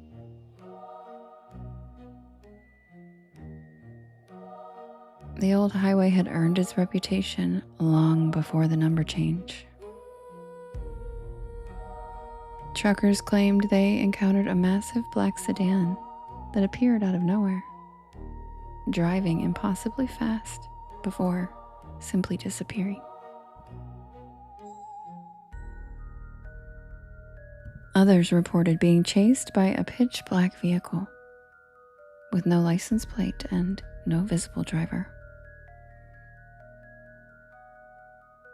There were stories of phantom semi-trucks that barreled directly toward oncoming traffic before vanishing inches from impact. The older stories, though, came from people who lived near the highway. They described seeing cattle gathered silently along the roadside, not grazing,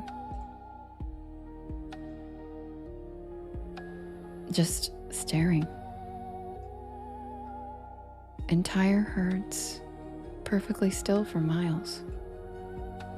Others claim to have encountered unnaturally aggressive animals that refused to move out of the road. And ranchers occasionally spoke about livestock found mutilated under strange circumstances. You were on this highway last night, Hoyas? Awesome. Welcome in. Feeding rumors that something darker wandered the desert after sunset. And then there were the stories that never made the newspapers. People disappearing after pulling over. Abandoned vehicles with doors hanging open. Drivers who insisted they had mysteriously lost hours of time on that road. Now, whether those accounts were true or not didn't really matter, because Route 666 had become one of those places where every strange thing that happened was absorbed into its mythology until the road itself became an entity. KJ.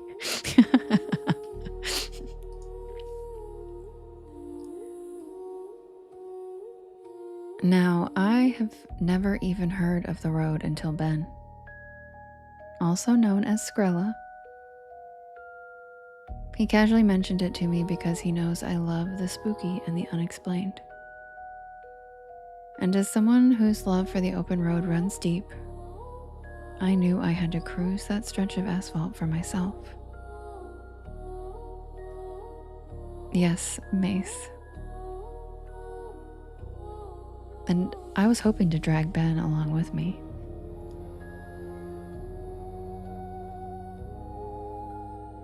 Neither of us really believed in cursed highways. We just thought it'd make for a fun weekend together. We crossed into northwestern New Mexico just after lunch. The landscape slowly emptied until there was almost nothing left except tan mesas, dry washes, weathered fences, and endless sky. Mace.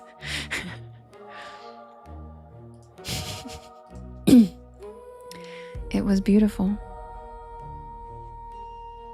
You could drive an hour without seeing another vehicle, sometimes longer. It wouldn't let me pin that comment about Skrilla looking like a snack. Every now and then we'd pass faded memorial crosses planted along the side of the road. 1 became 5. 5 became 20. By late afternoon, I had stopped counting. Ben finally pointed out what I had been thinking. There were an alarming number of memorials on this road. And the road itself wasn't difficult to drive. Long, straight stretches, gentle hills, good visibility. Nothing about it explained why there had been so many tragedies on this lone stretch of road.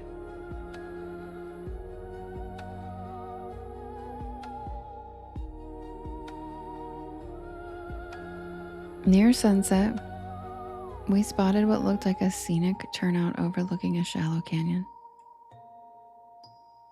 We pulled in to get out and stretch our legs. I immediately noticed the silence. There were no insects, no birds. Even the breeze seemed absent. It was just still. Ben walked over to the edge to take some pictures, while I wandered toward a weathered wire fence running along the edge. And that's when I noticed the cattle. Maybe 30 of them, spread across the desert below.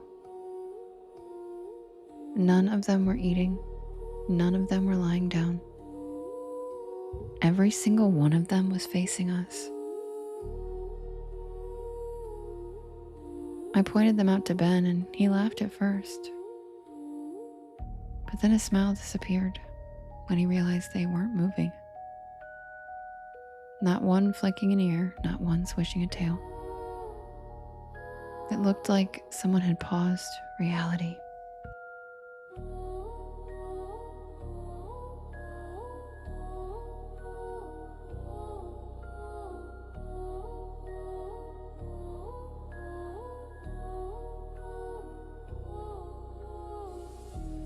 We stood there for nearly a minute. Finally, Ben shrugged and headed back toward the truck. The moment his hand touched the driver's door, every cow turned at the exact same time.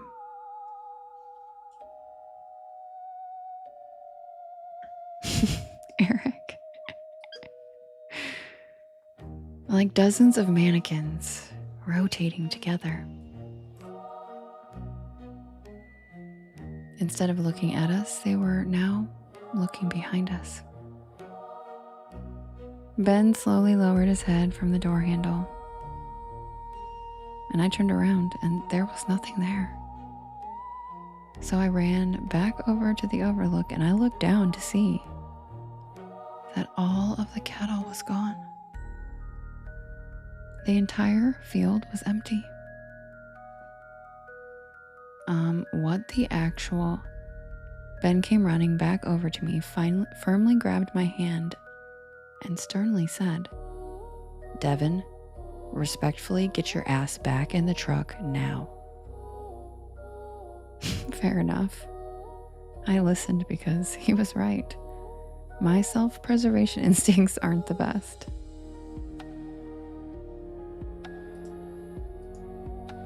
Neither of us said another word until we were back on a paved highway. No more scenic overlooks for us. Darkness settled fast. The GPS estimated another hour before we'd reach our motel.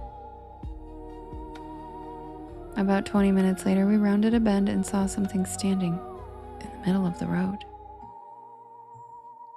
At first, I thought it was an elk or maybe a horse.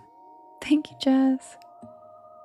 But as we got closer, I realized it was far too broad to be either. Ben slowed down to almost a crawl as we got closer to it, and the animal didn't move. And then we could see clearly that it was a bull.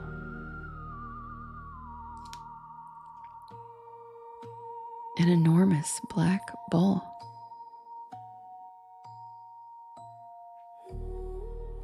Its horns stretched so wide they nearly reached both lane markings. It wasn't wandering. It was just standing perfectly square at the center of our lane. Ben gently honked the horn and nothing. Another honk. Still nothing.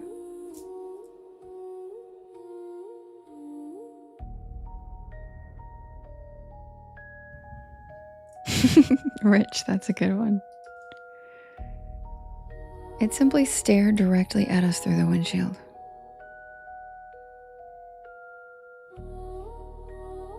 Ben muttered that we needed to go around, but there wasn't much shoulder. But there seemed to be just enough room to squeeze by. So he slowly steered to the left, and the bull turned its head, like it was tracking us. We edged further around it, and when my window came alongside its shoulder, I could finally grasp how massive it was. Thank you, Jess. Its back was almost level with the truck. Then Ben accelerated and we cleared it. Both of us instinctively looked in the side mirrors, and there was no bull anywhere in sight. Just empty pavement for miles. We both just looked at each other and laughed like, are we tripping right now? What is happening? And if we are, at least we're going through this together. Neither of us spoke for a while after that, our heads spinning with the surreal experiences we had just had. And then Ben finally broke the silence and said, "We actually saw that, right?" I nodded in disbelief, and then I scooted over to lean my head on his shoulder, and we just rode for a while in silence, processing. When you go through something unexplainable with someone, you turn to each other for comfort to help one another not feel so insane. It creates a special bond. About 30 minutes later, the truck lurched and the steering wheel jerked violently. A flat tire, great.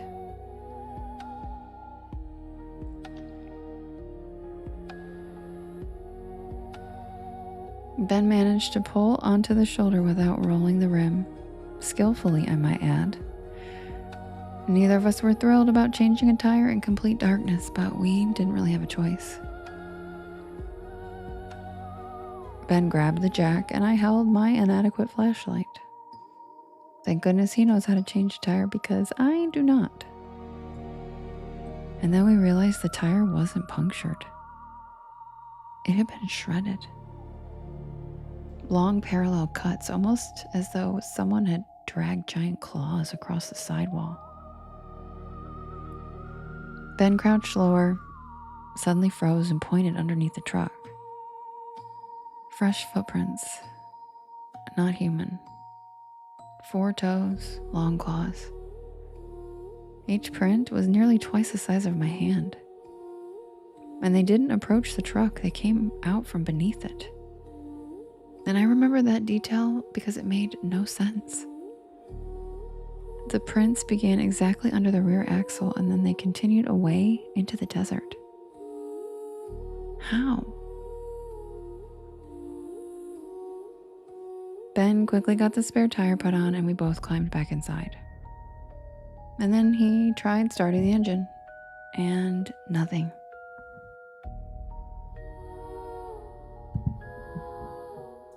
Again, nothing. The truck was completely dead. But the dashboard lights remained on, so the battery was fine. It simply refused to crank. And then something bumped the underside of the truck, just enough to make the floor vibrate. Then another bump closer to my door. And then another. It was moving around us. Whatever it was stayed below the windows so that we couldn't see it. We could only hear it scraping against the frame. Ben leaned over to make sure my door was locked and we both huddled together in the middle of the truck seat as far from the windows as possible. Love you, Thay. Neither of us took our eyes off the windows and minutes passed, but it felt like hours. And then I noticed movement in the passenger mirror. Something low and black running alongside the truck. But it disappeared before I could focus on it. A second later, it flashed past Ben's mirror. And then mine again. It was circling us. Fast. And it kept staying below window level, almost deliberately, like it knew exactly where we couldn't see it. The truck rocked once, twice, hard enough to make the suspension creak. And Ben whispered that whatever was out there was trying to tip us. The third shove lifted my side several inches and I heard sliding gravel underneath. Another hit, stronger, This time the truck actually shifted. And then came a horrifying sound of heavy breathing directly beneath our feet, ragged and deep, like something enormous had crawled underneath and stopped to catch its breath. Then the floorboard slowly bowed upward, just slightly. Something was pressing against it from below, and the metal groaned. The jack, which Ben had accidentally left beside the truck, suddenly flew out from underneath us and disappeared into the darkness. Not rolled, it was thrown. We both saw it. Then, as suddenly as it began, everything stopped. Then it was just absolute silence. Ben turned the key in the ignition one more time, and the engine started instantly.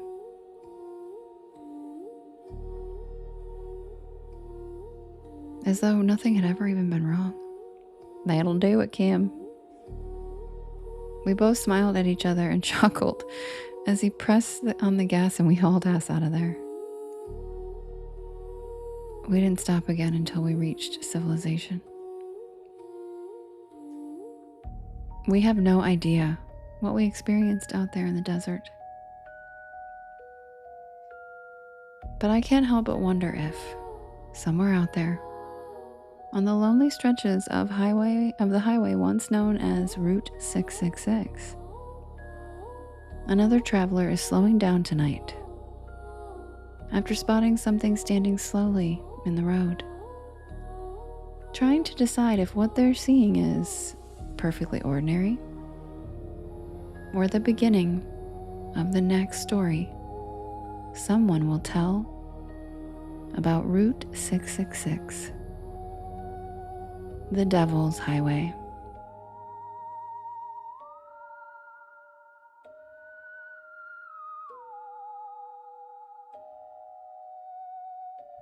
And that's the tale of the Devil's Highway.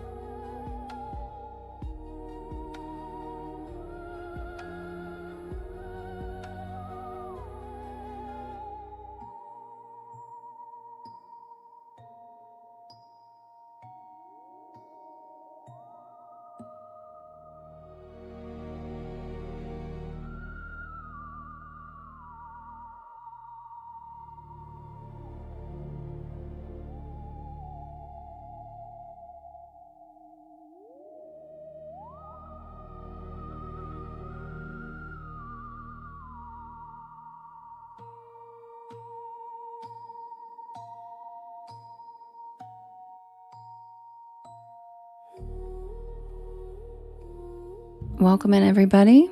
My name is Devin, and this is Porch Lore, and I tell spooky bedtime stories to help you relax your nervous system and fall asleep. And I'm here every single night at 10 p.m. Eastern Standard Time until about 1 in the morning.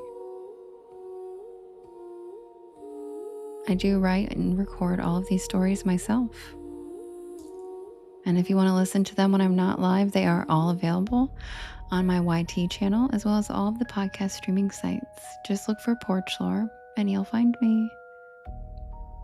Thank you for the follow, fellow Devin. Welcome in. Also, all the links are in my bio. And I have the next poll ready for us to vote. We have the Booger Hollow, the Selkies of Ireland, the Twisted Claw, the Drowned Bell, and Grandpa's Cabin. Charlie, thank you for the follow. Welcome to the porch. All right, guys, you can vote in the top left-hand corner. There is a blue box. You can vote up to 50 times, and you can vote for more than one story. Who's it going to be? We've got Booger Hollow, the Selkies, the Twisted Claw, the Drowned Bell, or Grandpa's Cabin.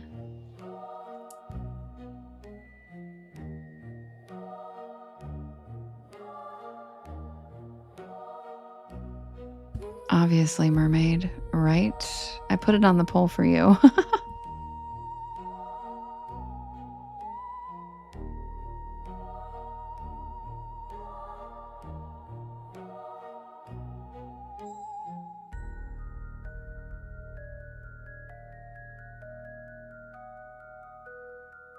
Little rat, what are you talking about? The Amazing Myra, thank you for the follow. Ren Flanders, thank you for the follow. Welcome to the porch, guys.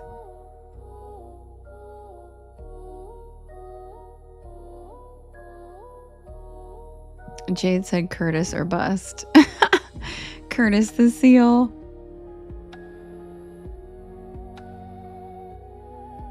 Thank you so much, Tina. Welcome to the porch.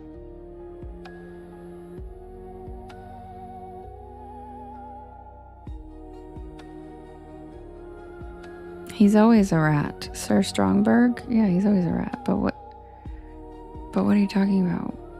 Like, I didn't see the comment before that. You just said, I like how the little rat comes in. Oh, you mean he comes in here before he starts? Yeah, me too. I love him for that. Did he just come in? Did I miss him? Sir Strongberg or whatever? He's so cute.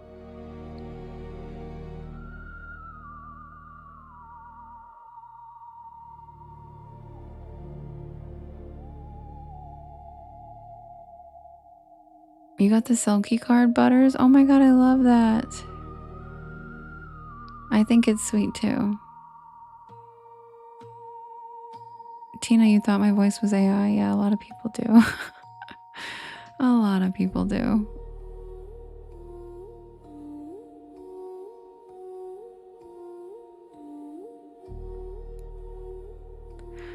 All right, guys. Who won the poll? Grandpa's Cabin. That surprises me a lot. All right, guys. The Grandpa's Cabin is the winner. And I'll be right back with the tale of Grandpa's Cabin. Yes, Butters, I love how you got the Selkies Oracle card. That's so cool. Thank you, Glossette. I appreciate that.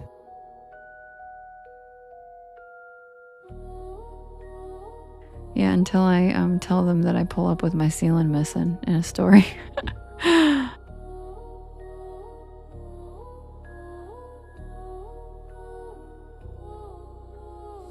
All right, guys, I'm going to pull up that story really quickly. If you could just hit that reshare button and the repost, I'll be right back with the tale of Grandpa's Cabin.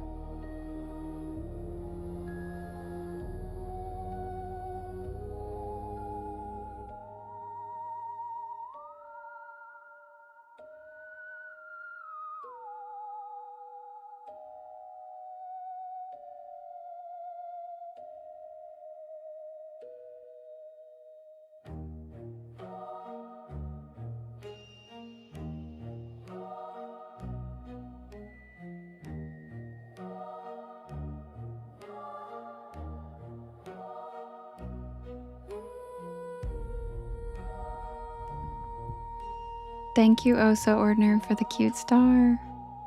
Grandpa's Cabin won.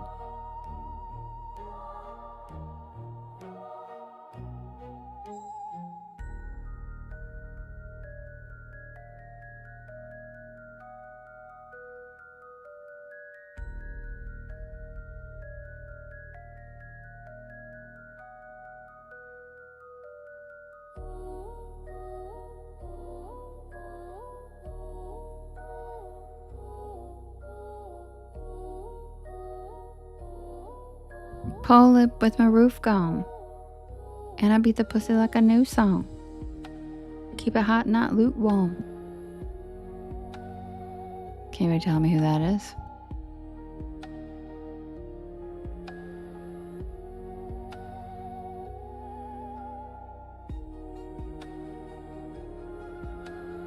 Good job, Happily. Yeah, 2 chain charms cost 100 stacks.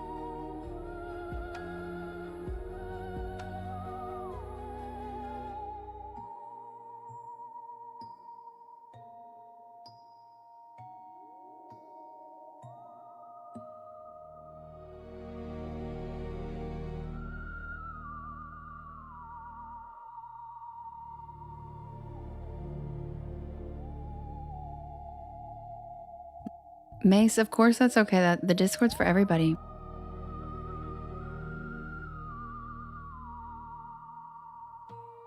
Justin, you danced in Grandpa's cabin.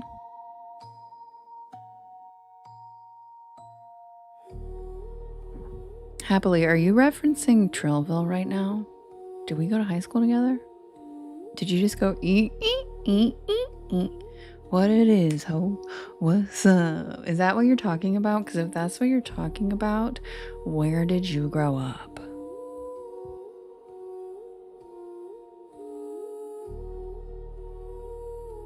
I knew that's what you were talking about. Holy shit. Girl.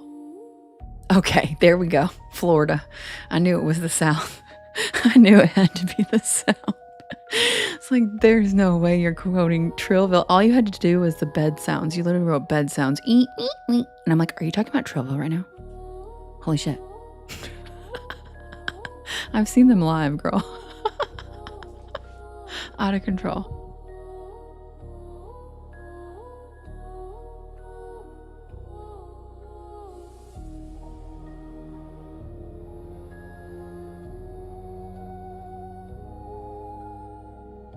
Hey, Scarlet too.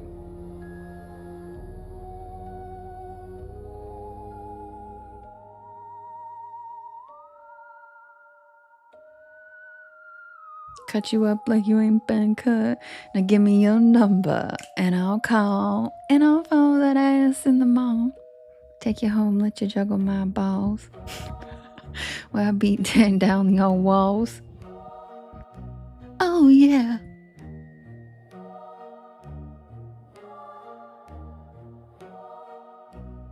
And if you guys don't remember that song, I'm so sorry. Because what a time to be alive that was.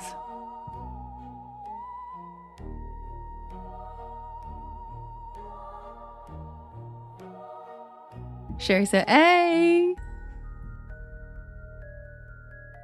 Today in Kim's live, we brought back Gucci Lemonade, and my God, I forgot how good that song is. It's Gucci! A time was had back then, happily, and my God, was it a time. Did you get blacked out in fields of people who didn't even know who owned the land with giant bonfires and four-wheeling Jeeps? Is that just in trucks? Was that just me? It's gushy gushy, Skrilla, not mushy gushy. It's gushy gushy, the good gushy gushy. Oh, your song? Yeah, Sherry, same. I'm a fan of, hello, I'm a fan of you now too. I just followed you back. I loved that song. You said not at all.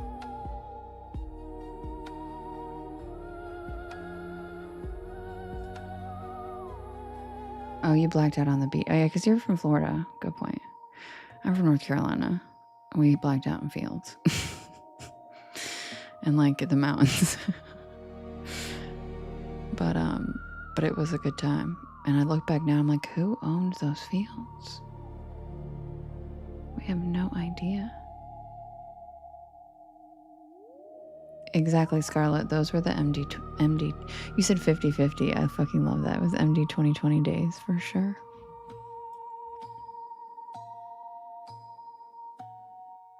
All right, you guys, sit back and relax. Get ready for the tale of Grandpa's cabin. Hi, Amanda. You're from Texas? Yeah, see, Amanda knew it too. She said 2 chains.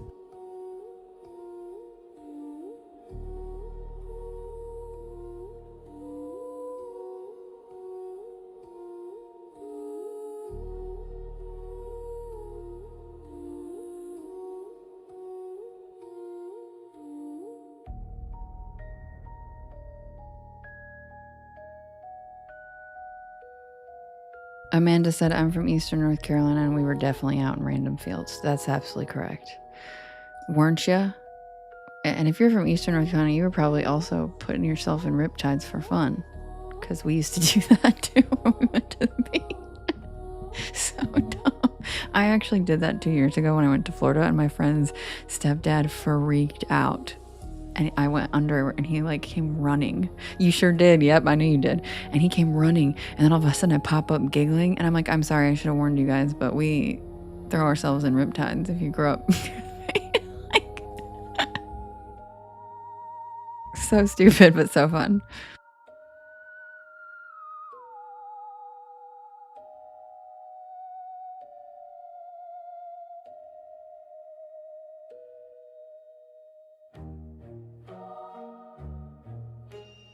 But see, I think that's something that people in North Carolina do. You didn't do that in Florida? Because we sure did. And see, she knew exactly what I meant when I asked her that. It must be in North Carolina. They used to teach us how to get out of them. You spin your hip, there's a special way to get out of them. They really did? From doing riptide jumps? Oh. Well, I guess we're really lucky we didn't, because we were those stupid people in high school who absolutely did that. Yeah, the waves in Florida are probably way bigger.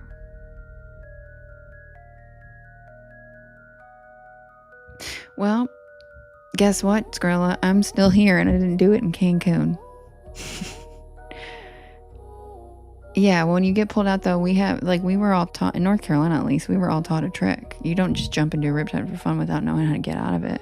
You lock, and you twist, and you put your knees down in the sand, and there's a way to break it. Because it's just kind of like a cyclone. It's kind of like a suction. And there's a way, just like a plunger. Does that make sense? To break that suction.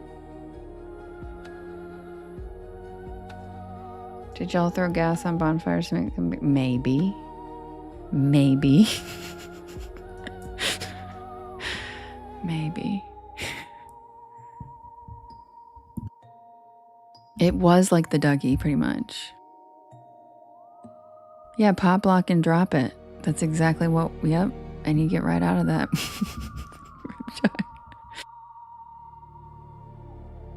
They really were, Gigi. Now that I'm saying it out loud, I'm like, Jesus Christ. I'm glad I don't have children. I'd have a heart attack just thinking about them being like me. Do y'all remember rolling people's houses? I do. And the cops used to come after us, and we run, and we get away. Yeah, she rock her hips.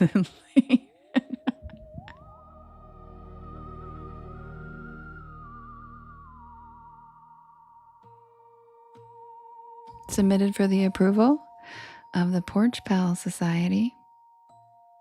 This is the tale of Grandpa's cabin. Oh yeah, Voodoo Daddy, we definitely did that too. A lot. Like, yeah. Lord. In like Boone. If you're from North Carolina, you get that joke.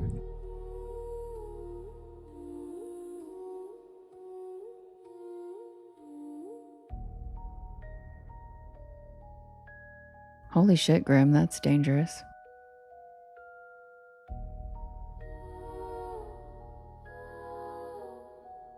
Mermaid said, let it rip. Exactly.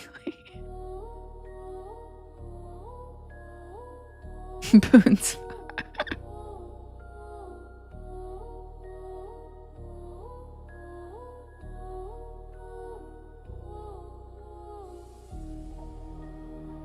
Also, if you're from Eastern North Carolina, did you used to hang out in Masonboro Island in the shallows, in, like tailgate boats, just stomping around in Masonboro Island shallows and like not have any idea that it was black shark breeding ground?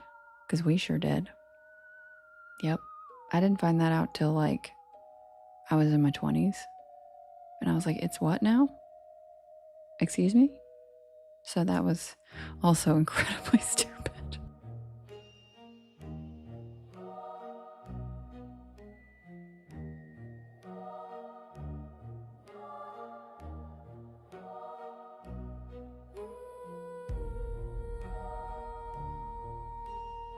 Amanda's like, no, we knew better about Masonboro Island, you idiot.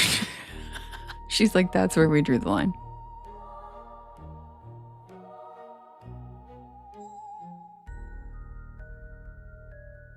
I was going to say, Jade, you have sharks out there too.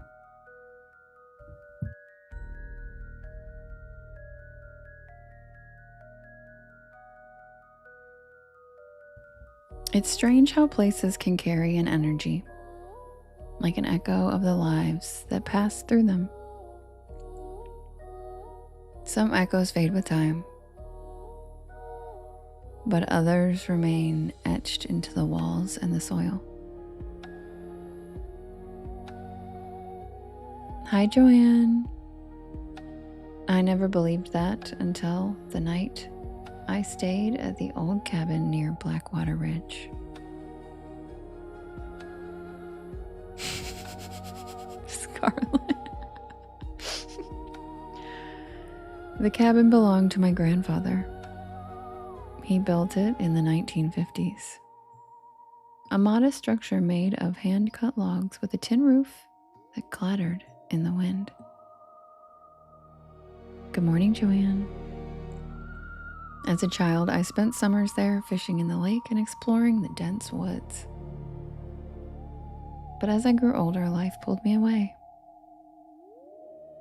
And after my grandfather passed, the cabin sat empty, slowly being reclaimed by the wilderness. Thank you, Lauren. Thank you, Lana. Last fall, I decided to return. And I told myself it was to clear my head. But deep down, I think I was searching for a piece of myself that I had left behind in those woods.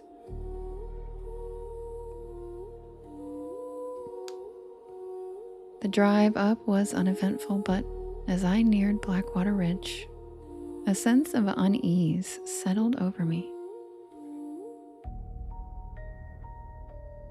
The road narrowed, twisting through shadows that clung to the landscape like cobwebs. When I finally pulled into the clearing, the cabin stood like a relic from another time. It was weird. I hadn't seen it since I was really young, and its weathered timbers were gray with age. The first thing I noticed was the silence. There was no birdsong and no rustling leaves. Just an oppressive stillness. Inside, the cabin smelled of cedar and dust, the air thick with memories of summers long past. I lit a fire in the stone hearth and settled into the creaking armchair with a book. By nightfall, the temperature had plummeted. The wind howled through the trees, rattling the shutters and making the roof groan. I told myself it was just an old cabin reacting to the weather, but I couldn't shake the feeling that something was out there. Around midnight, I heard it, a faint tapping at the window. My heart raced, but I forced myself to stay calm. Probably just a branch in the wind. The glass was fogged from the cold, but through the haze, I thought I saw a faint shadow flit across the clearing.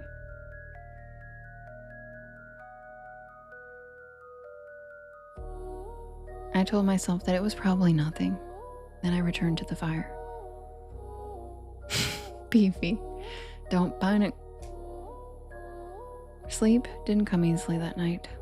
Every creak and groan of the cabin felt amplified when you're alone in the darkness.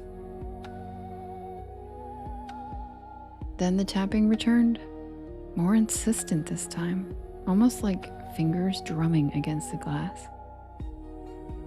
I told myself it was just the wind, but deep down I think I knew better. The next morning, the woods were shrouded in mist. Hoping the fresh air would clear my head, I decided to take a walk. Hi, Tanya. Hi, Rachel. The forest was eerily quiet. The only sound was the crunch of leaves beneath my boots. As I followed an overgrown trail, I noticed something odd. The trees seemed twisted, their trunks gnarled and blackened as if they had been scorched by a fire. Had there been a fire here and my grandpa didn't tell me? And then I saw it, a clearing that I did not remember from my childhood. And I roamed all over this place. The grass was flattened and singed, and at the center stood a massive tree. Its bark was scarred with strange symbols. At the edge of the clearing, shadows shifted between the trees. And then the wind changed. A whisper carried through the clearing, coming from everywhere and nowhere at once, telling me to leave. I didn't need to be told twice. I stumbled back through the woods, branches snagging my clothes, and when I burst into the cabin clearing, I slammed the door shut and I slid the heavy bolt into place. I was safe. The rest of the day passed in a blur. I tried to convince myself I had imagined that whisper, but the fear gnawed at me the rest of the day. By dusk, the wind picked up again and the tapping had returned. This time, it wasn't just at the window.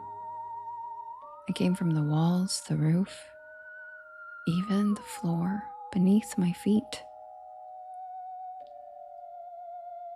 I grabbed the fire poker and I stood in the center of the room.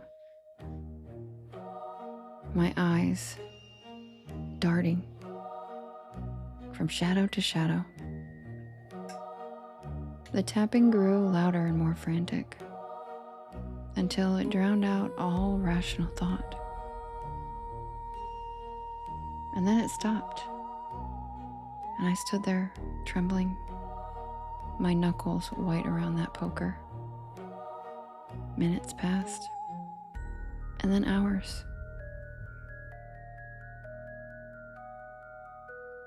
The fire burned low, casting flickering shadows across the walls. And just as I began to think it was over, a new sound emerged.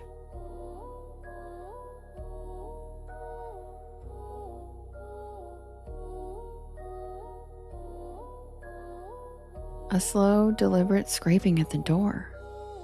I took a step back. The scraping continued, methodical and relentless, like claws raking against wood. I knew I couldn't stay. Grabbing my keys, I bolted for the back door. I threw it open and I sprinted into the night. The cold air burned my lungs, but I didn't stop. Behind me, the scraping turned into heavy footfalls crashing through the forest with inhuman speed. Oh my God, it's chasing me. When I finally reached my car, I fumbled with my keys, my hands shaking.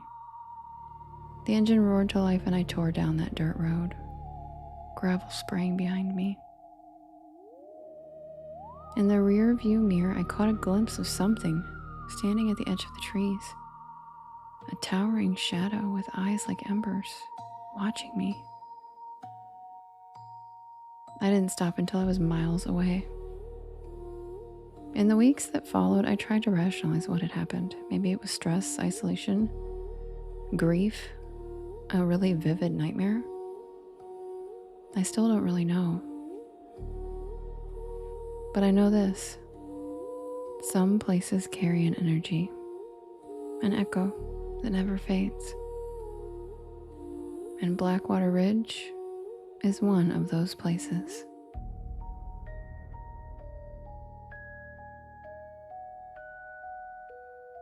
And that's the tale of my grandpa's cabin.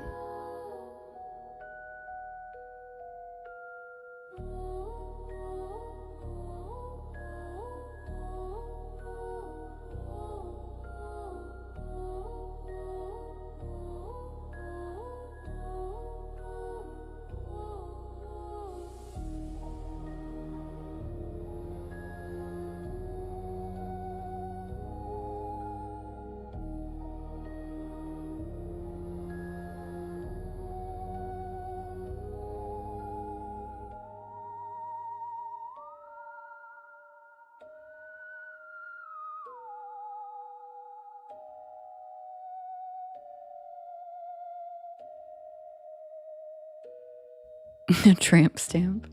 Welcome in, everybody. My name is Devin, and this is Porch Lore. And I tell spooky bedtime stories to help you relax your nervous system and fall asleep better.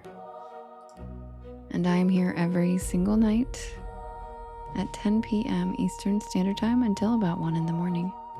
Thank you, Lily, for the fireworks and the rainbow slide. Tanya, thanks for the Sea of Love seahorses. Callie Girl, thank you for the cozy cryptids. And Rachel, thanks for the cozy cryptids. Tanya, thank you. Also, oh, so very ordinary, thank you for the adorable star.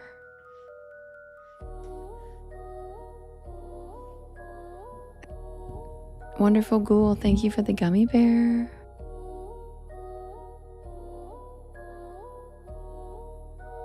Hi, Rebecca. Hi, Sean.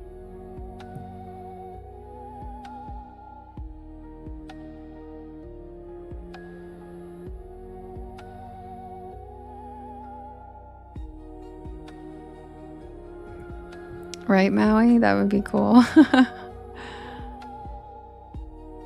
No, a lot of people have actually said that. It's not just you. A lot of people said they wanted me to be their Siri and stuff like that too. It's not creepy. The inadequate flashlight shirt, isn't it funny? There's also like a bucket hat and shorts. Did you, Ange? Oh my god, what happened? Was it good or bad? When I leave the scene, I bet your boat gone. And I beat the pussy like a new song. Shit's hot, not lukewarm. I don't feel good, but my trigger happy.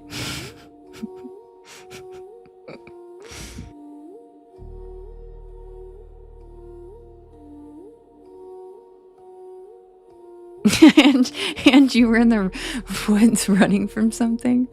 I love that. Sound of the bed. Beat it up. Then I get some head. Then I might switch it up. Then I beat it up.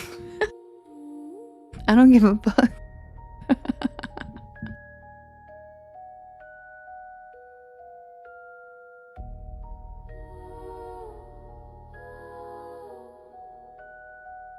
Tanya said, oh my.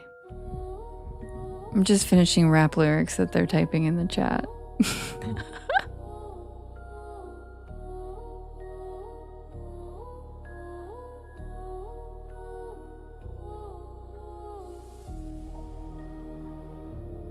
One of my favorite lines he ever said is, attached to your girl like a JPEG. I love it. It's so funny.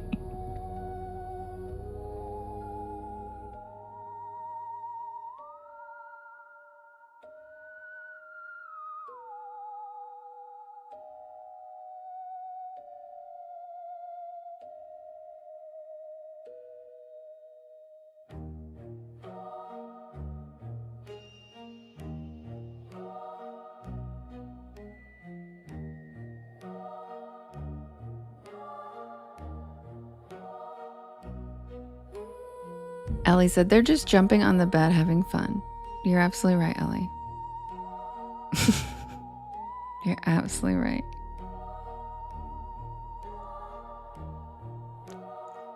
Lily, yeah, TikTok's been jipping, yeah. But like, oh, thank you for the singing frogs, cutie. It's not jipping though. It's still going through. It's just not showing us the GIFs. Because I checked and Lisa checked too. And like the ones that didn't show up that I gave her, she got them. It's just annoying. Oh my god, I love the puppy picnic. Why is it so short? Julie's, thank you for the community heart. And thanks for the singing frogs too. Eric, thanks for the keywords. I appreciate it. Alright, you guys, you know what time it is. I know, wasn't it so cute, Tanya? What did Justin say? He's always so funny. Where'd it go? What are you laughing about? If by jumping you mean bumping. Matt. If I die, bury me inside the Louis doll. Exactly, Steve. Exactly. All I want for my birthday. Yes. Bury me next to 2 bitches.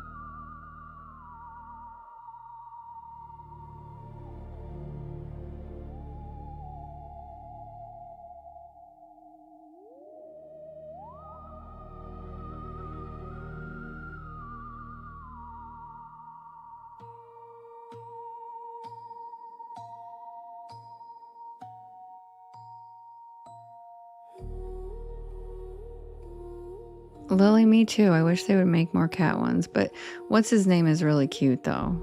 The purple guy, Blitzy, which I also love that they named him Blitzy. Like, do they know that cat owners are stoners? Or like, you know, Blitzy, love it. And they named the corgi Cooper, which is like exactly what a corgi's name would be. Yes, if I die, bury me inside the Gucci saw.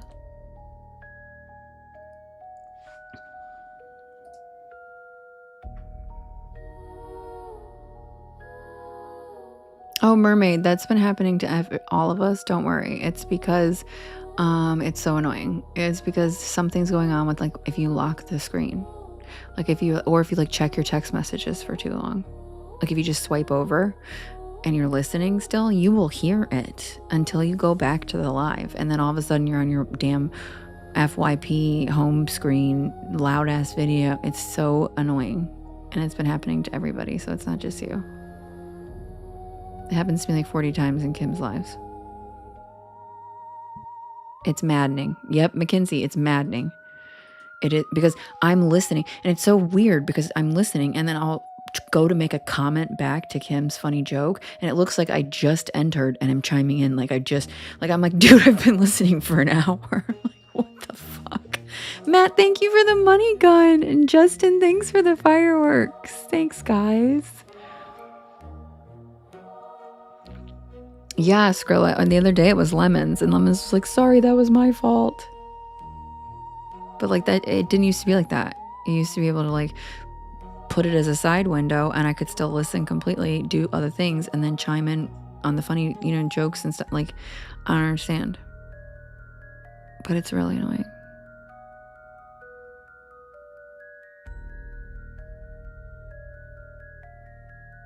Oh, we're making it rain. Oh my God. Matt's making it rain. Make it rain on the house. Good night, Lily. Love you.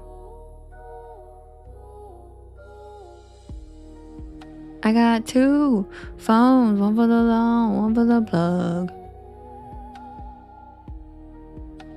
Wait, is that who Kevin Gates is? Why don't I know who Kevin Gates is? And I'm a rap lover. Like, who the hell is Kevin Gates? And I feel like his name is just, I don't know, not a rapper that I know. But I feel like, is he a one-hit wonder? Because 2 phones, kind of feel like that's a one-hit wonder song. Or maybe like a 2-hit wonder. Did he have 2 hits? Fatal Attraction. He has a lot. Why? Maybe I just don't know his name. Because I feel like I know most rappers, and to me, like, that name is not familiar. Oh, thank you, Lily, for the love you. I love you too, and good night. Thanks. Sweet dreams. Love you, girl. You're the best. Thank you for the hide and seek, Hazel. He's got a bunch of good songs. Okay, then I probably just don't know his name, Lars. Because I know the 2 phones one I quoted all the time. So if that's him, then I clearly know him. I just did not ever know his name was Kevin Gates. Which is weird because I'm pretty well versed in rap. Sean, thank you for the rainbow slide. Amanda chimed in on YT and says he has a lot of good songs. Okay, then I just need to look up because that's the thing. No, I'm seriousness. I didn't know his name was Kevin Gates. Oh, he's featured a lot. That's why. Okay, that makes a lot of sense. He's a feature a lot. That makes a lot of sense. Because I was going to say 2 phones is a classic, but I had no idea that was by a guy named Kevin Gates. Who is Scarlett? Justin. Justin said Bill's nephew. Oh, are you quoting him, Scarlett?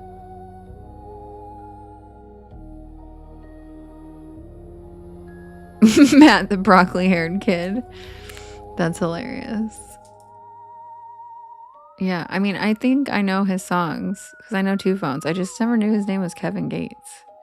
I just feel like that it's just, I don't know, doesn't fit him. Oh, it's a song by him. Okay. I know, because I'm so like into rap. I'm like, I can't believe I don't know. I wonder what years he was really popular. Maybe I can if I'm guessing right, there might be a reason that I kind of missed the Kevin Gates years. Let me check.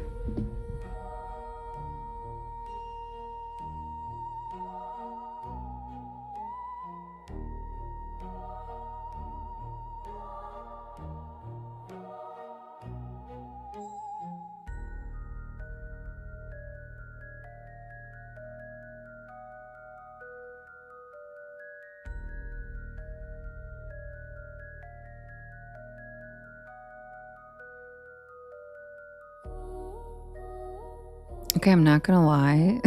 The only one that I recognize is Two Phones. I don't even recognize any of these other songs.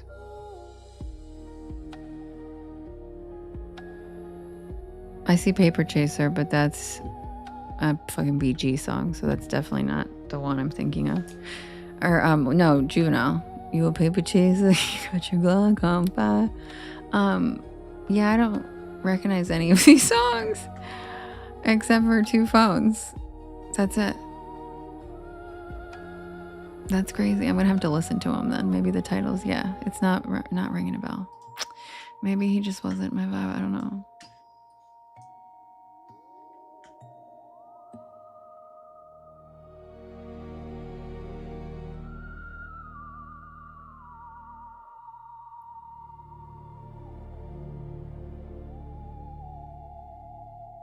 That's so funny, Scarlett. Murder on My Mind. Maybe Ness. Yeah, that was back when I was only 685 years old, right, Justin? The older songs were really raunchy, then I feel like I would know them. I already know Two Phones. That's the only one I know. But now I'm like shocked that this is somebody that everybody's saying is like really good. Huh. Oh, hi, Claire. He has a lot of his own songs too, Amanda says. Well, I'm going to give it a goog and give him a listen later, guys. Y'all ready for the diner?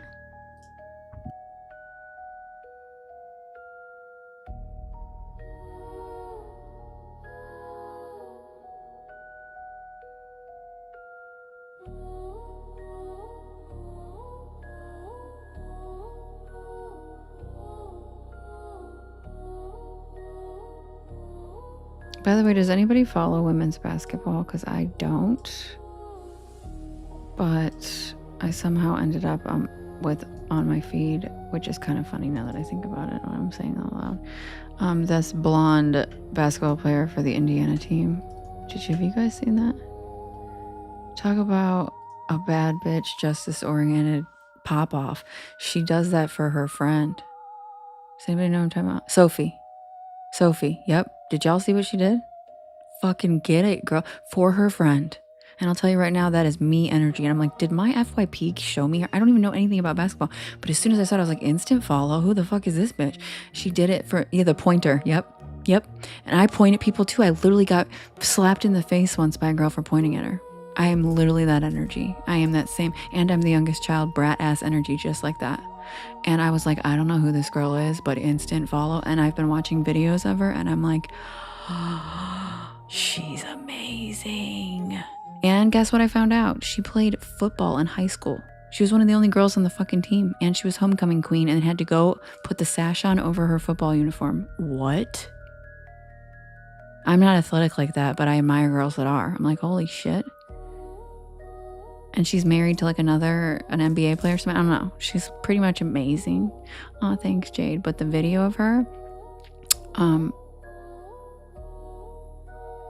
maybe that's why she showed up in my feed, and I was like, yeah, she is a baddie. And I was like, she's pretty too. But the way she like got in that, like the way she slammed, like the way she so gracefully threw that girl to the ground was incredible. And I was like, yeah, bitch, because she did it for her friend. She got fined. She got the penalty because of Caitlyn. And that is my style completely. Like, it won't even be my fight. And I'm like, what the fuck did you just do, bitch? To my friend. And so I love that. I was like, she's amazing. No, you wouldn't expect her to be. She's like blonde and smaller. And she just like, she tears in these, she doesn't give a fuck. That one girl that she was pointing at was like way taller than her, way bigger than her, and she didn't give a fuck. She got right in her face, pointing. I was like, oh my. And I'm not gonna lie, pointing is straight up, as a woman, that's rage baiting. We know what we're doing when you point in a girl's face. We know what she was like, I was just pointing at her. I don't know. You knew what you were doing, girl. You knew what you were doing. And I love it. It's so fun. It's so funny. Because then you can be the bigger person. Because you're like, I didn't do anything. I just pointed at her and she lunged at me, which is true. I was like, that is little sister energy right there. She has to be a little sister. And so I don't follow basketball, but I follow her now because I'm here for it. I am here for whatever is going on with that.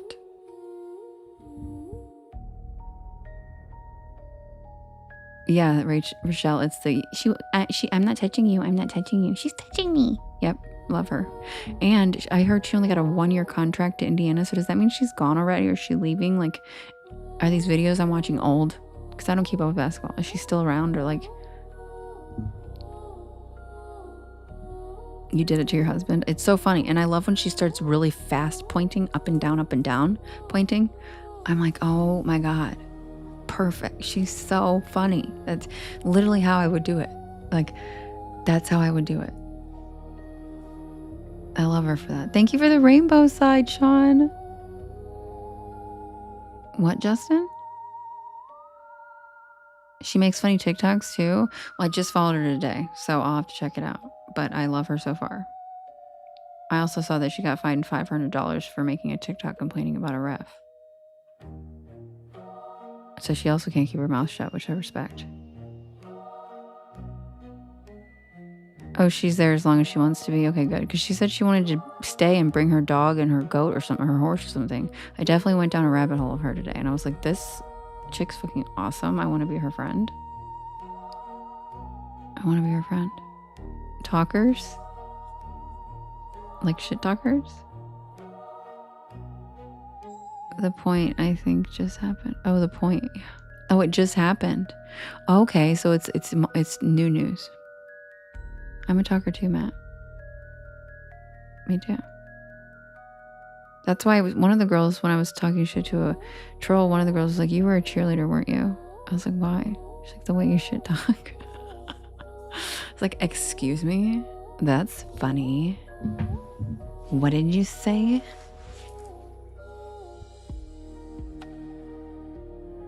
All right, I'll be right back with Sycamore Diner.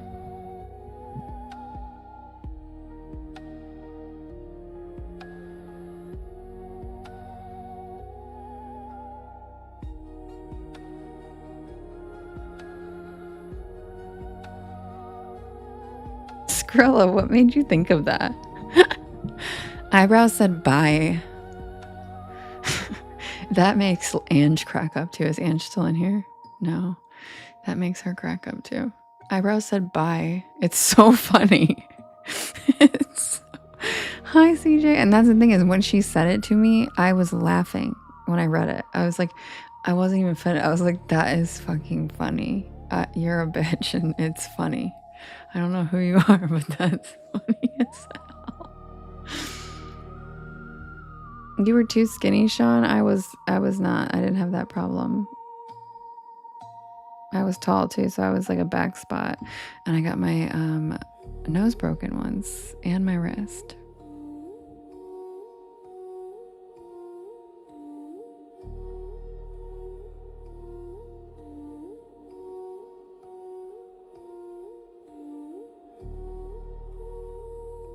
Happy Wednesday, Daniel.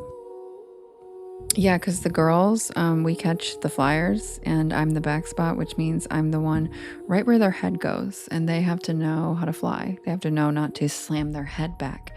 And that's kind of your instinct when you're when you're falling, is to put your head back, not tuck, you know what I mean? And girls would forget or get it wrong all the time and just slam their heads right into my nose.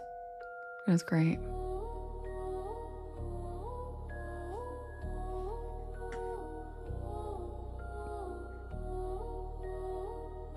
Yeah, Mermaid, I've never watched a game, but I will say that these clips I've seen of this girl makes me want to. I'm like, geez, it's like this? Like, did you see her pull that girl's hair? Like, did you guys see her pull? She had that girl's head in her clutches, like an egg. Did you see it? Like a melon. She was holding her hair and her head like she was going to deck her, and then she stopped herself and she walked away. But I was like, damn, holy shit. So yeah, it is for the plot. Oh my God, you broke your rib. And oh my God, yeah, CJ, I broke 2 ribs, and it is the worst pain ever. My ribs also dislocate all the time because I'm hypermobile, and it's awful. Actually, I'm going to the chiropractor tomorrow, but I broke 2 ribs coughing when I had bronchitis. Isn't that insane? I was sitting in a beanbag chair hitting a schmong, and I coughed really hard because yes, I had bronchitis, and yes, I was doing that. I was like 19, and I started having coughing attack in the beanbag chair, and I was like leaned all weird, and I just heard 2 pops, and I broke my ribs. Siren, you said same? That's very specific. Same? Really? You broke your ribs having bronchitis? And smoking? With my schmong, yeah. Dude, I was... Oh, hypermobile. Okay, yeah. I'm like Gumby. And my ribs literally pop out. It's kind of crazy. I know, Justin. I was just a wild thing. I mean, I kind of still am, but not as wild. I'm not as reckless. Well, technically, James, I've never broken a bone. I actually fractured my wrist, and I've broken my nose. But I guess, I don't know. I don't feel like nose is like cartilage, right? It doesn't really count. And I've broken a pinky toe. Good night, CJ. Knock on rib. And ribs is actually fracturing too. So I've never broken like one of the big ones. Yep, hypermobile. Yes, I've broken a lot of hearts, but that's a muscle. Muscles heal. They'll get over it.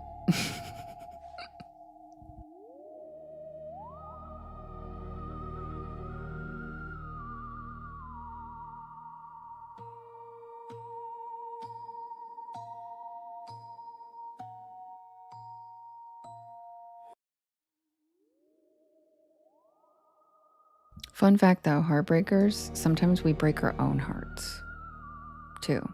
And that's a special kind of pain. A totally different kind. And if you know, you know.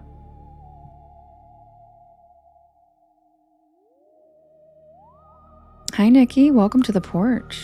Sit back and relax. I'm about to tell a spooky story.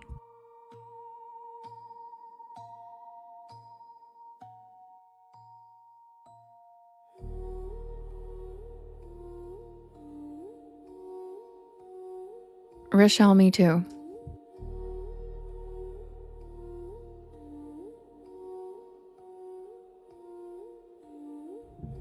Submitted for the approval of the Porch Pal Society.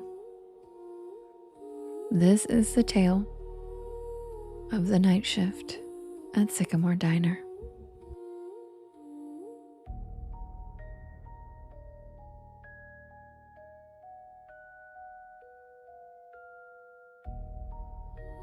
I'm not usually the kind of person who pulls over on back roads at night.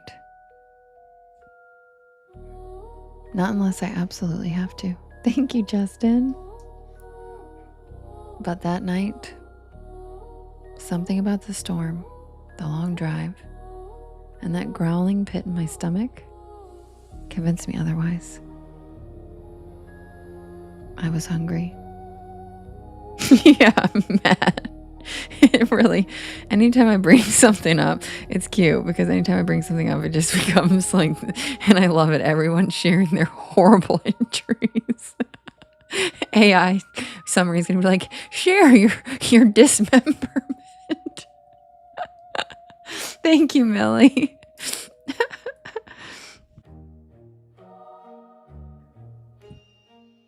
But that night, something about the storm, the long drive, and that growling pit in my stomach convinced me otherwise. I was hungry. It was late October, and I was headed back to campus after a weekend visit with my friends in North Carolina.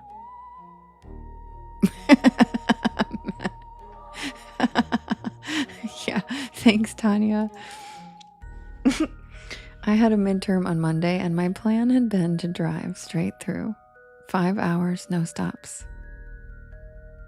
But then came the rain. How did you break it just in dancing?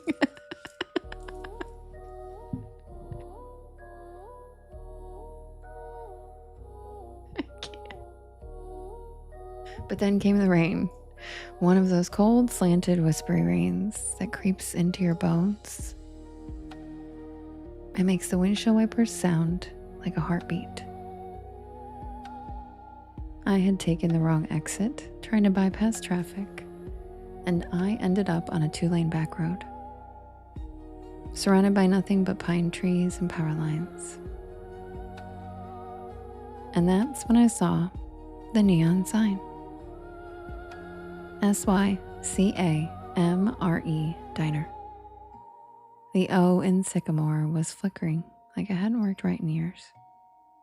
But the rest was lit up in a cherry red neon. A tiny beacon in the middle of nowhere. I figured I'd grab a quick bite, maybe some coffee, check my map, and get back on the highway. But I should have just kept driving. I should have known something was off the second I stepped inside. The bell over the door jingled, but not like a normal bell. It made this sharp metallic ping that echoed longer than it should have. The air inside was warm, almost too warm, and it smelled like grilled onions and pancake syrup. The place looked like it had been yanked straight from 1957. Checkerboard floor, red vinyl booth, a long counter with spinning stools. Even a jukebox in the corner that looked like it hadn't worked in decades. And the people, they all stopped and looked at me the second I walked in. Not in a rude way, just quiet, like they weren't expecting me. Like I'd walked in on the middle of a sentence that no one wanted to finish. A waitress, tall with a beehive hairdo and a light blue uniform, smiled and waved me over. "You get caught in the rain, sweetheart," she said, handing me a laminated menu. I nodded, still trying to shake off that weird feeling. Yeah, the highway's a mess. She chuckled and patted my shoulder. "Well, you're safe here. Sycamore's always open for travelers." I sat down at a corner booth and the vinyl creaked. And I remember the jukebox shifted songs by itself and started playing some slow doo-wop ballad that I didn't recognize. I looked around and everyone looked normal, sort of. There was a trucker with a thick gray beard, drinking coffee by the counter. A young couple whispering to each other in a booth by the jukebox. And an older woman stirring tea like she was lost in thought. But they all had this same look in their eyes, like they were there but also somewhere else. Like they were watching me out of the corner of their eyes even when they were looking down. The waitress came back with coffee, strong, hot, and surprisingly good. And I ordered a grilled cheese with fries. Simple, safe. She wrote it down with one of those clicky pens and said, "Don't worry, it's on the house tonight." And that was my second red flag. No diner just gives food away. While I waited, I took out my phone to check the map. No signal. And I mean nothing. No bars, no Wi-Fi, not even GPS. Just a blank screen with a spinning wheel. I glanced out the foggy window and the storm was still going. But now the wind had picked up. I could see the power lines swaying like jump ropes in the dark. But the diner stayed perfectly lit. Not even a flicker. The food came fast, too fast, like under 5 minutes, but it looked amazing. Golden bread, gooey cheese, crispy fries with a little metal cup of ketchup on the side. I took a bite, delicious. I mean, I've eaten at a lot of diners, greasy spoons, college joints, and roadside shacks, but this was hands down the best grilled cheese I've ever had. The fries were perfect, and the coffee never ran out. Every time I took a sip, it was somehow full again. I was halfway through the sandwich when the trucker got up to leave. He walked right past my table, nodded once, and whispered, "Don't stay past midnight." That's all he said. Just that. What? But he was already out the door. The waitress gave me a tight smile and walked over, collecting his empty mug. Old Earl, he's always saying weird stuff, just ignore him. But I couldn't. Something about his voice stuck with me. Something about the way he looked at me. Not like I was a customer, but like I was in danger. I checked the clock over the register. 11:42. I figured I had just enough time to finish my fries, grab the check, and head out. I still had at least 3 hours left on the road. But when I stood up, the lights flickered just once, and then again. And then everything in the diner stopped moving.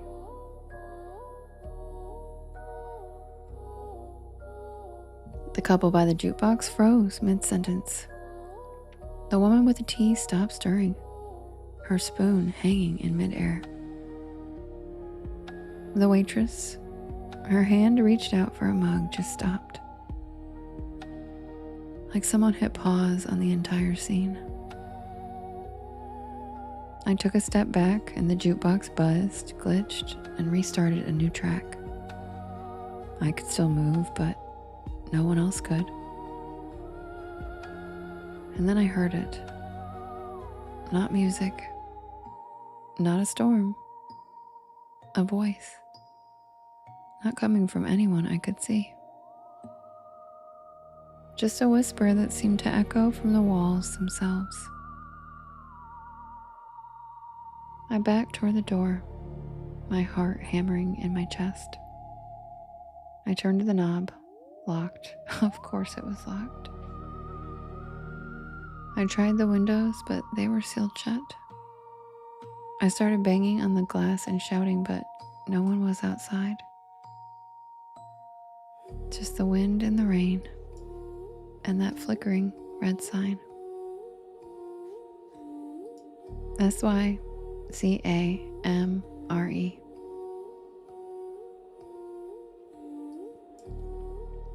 I turned back toward the dining room,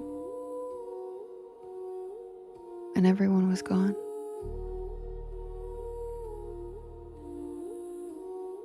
Not frozen anymore, just gone. The booths were empty. No plates, no crumbs, no mug. No sign that anyone had ever even been there. Except for my plate, still warm and still half eaten. And then I saw the waitress. She was standing by the kitchen doors, her silhouette backlit by flickering fluorescent light. Her face was wrong. The same smile, but her eyes were empty, black and endless, like someone had painted over them. "You shouldn't be here, honey," she said in that same cheerful voice. "Not yet." I stumbled back, knocking over a chair, as she took one slow step toward me. "The others, they were waiting, but you just wandered in." She raised a hand and the walls began to shimmer, literally shimmer, like heat waves on asphalt.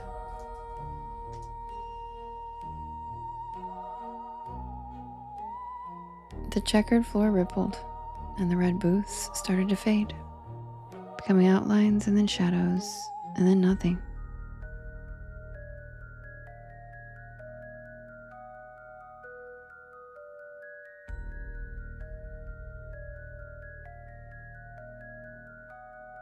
And then I saw it, underneath the illusion. It was charred wood, cracked tile, broken beams, and black soot.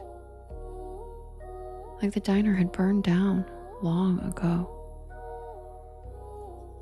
I ran. I don't even remember how I got out. 1 second I was inside, and the next, I was on the side of the road, soaked to the bone and gasping for air. My car was still there, parked on gravel that didn't even look like a lot anymore, just weeds and puddles. No neon sign. No glowing windows, just nothing. I drove back to campus that night in silence. No music. No Porch Lore podcast.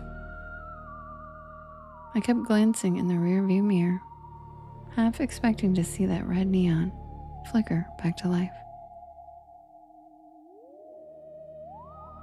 I didn't tell anyone. Not for weeks.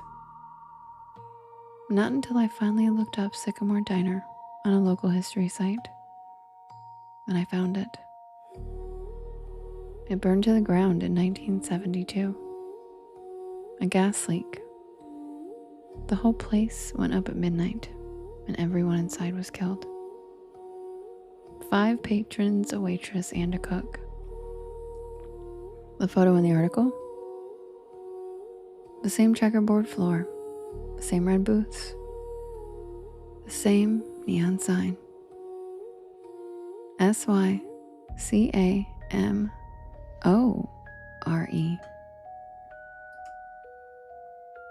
And in the corner of the photo, that same waitress, smiling.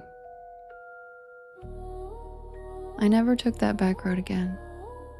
I don't even drive at night anymore if I can help it.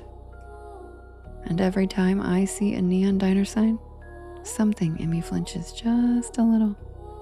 Because I know I was there. And I know I wasn't supposed to be.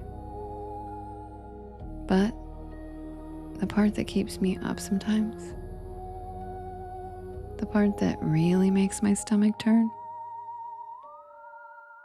that was the best damn grilled cheese I've ever had.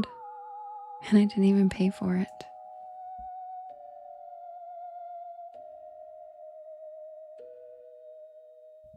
And that's the tale of the night shift at Sycamore Diner.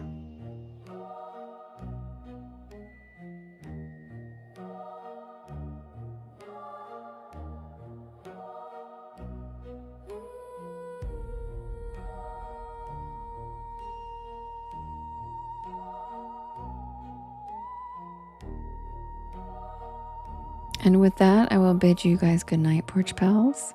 Starting tomorrow, my friend Lisa, Creepy Glasgow Girl, will be doing a spooky story live after me, where she will be playing cool spooky stories, telling cute, funny things, and all her life's just really great.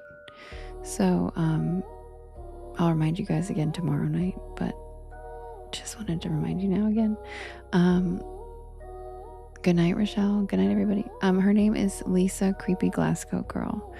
I'll share a post of hers in my story so you can find her. She lives in Scotland.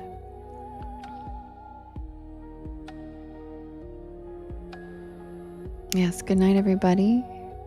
I love you guys so much.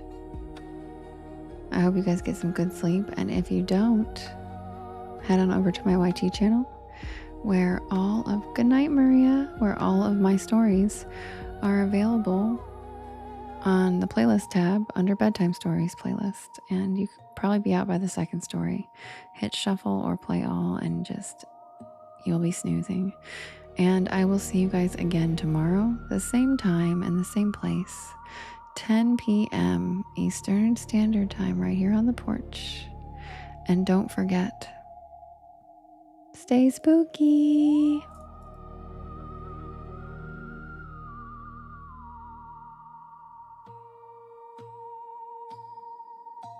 Also, all of the live stream recordings are available after it's over on my YT channel. If you're interested or you missed part of something or you missed a joke or whatever, you can always watch them over there as well if you want to watch the live recordings instead of the playlists. So, have a great night. Stay spooky. See you tomorrow.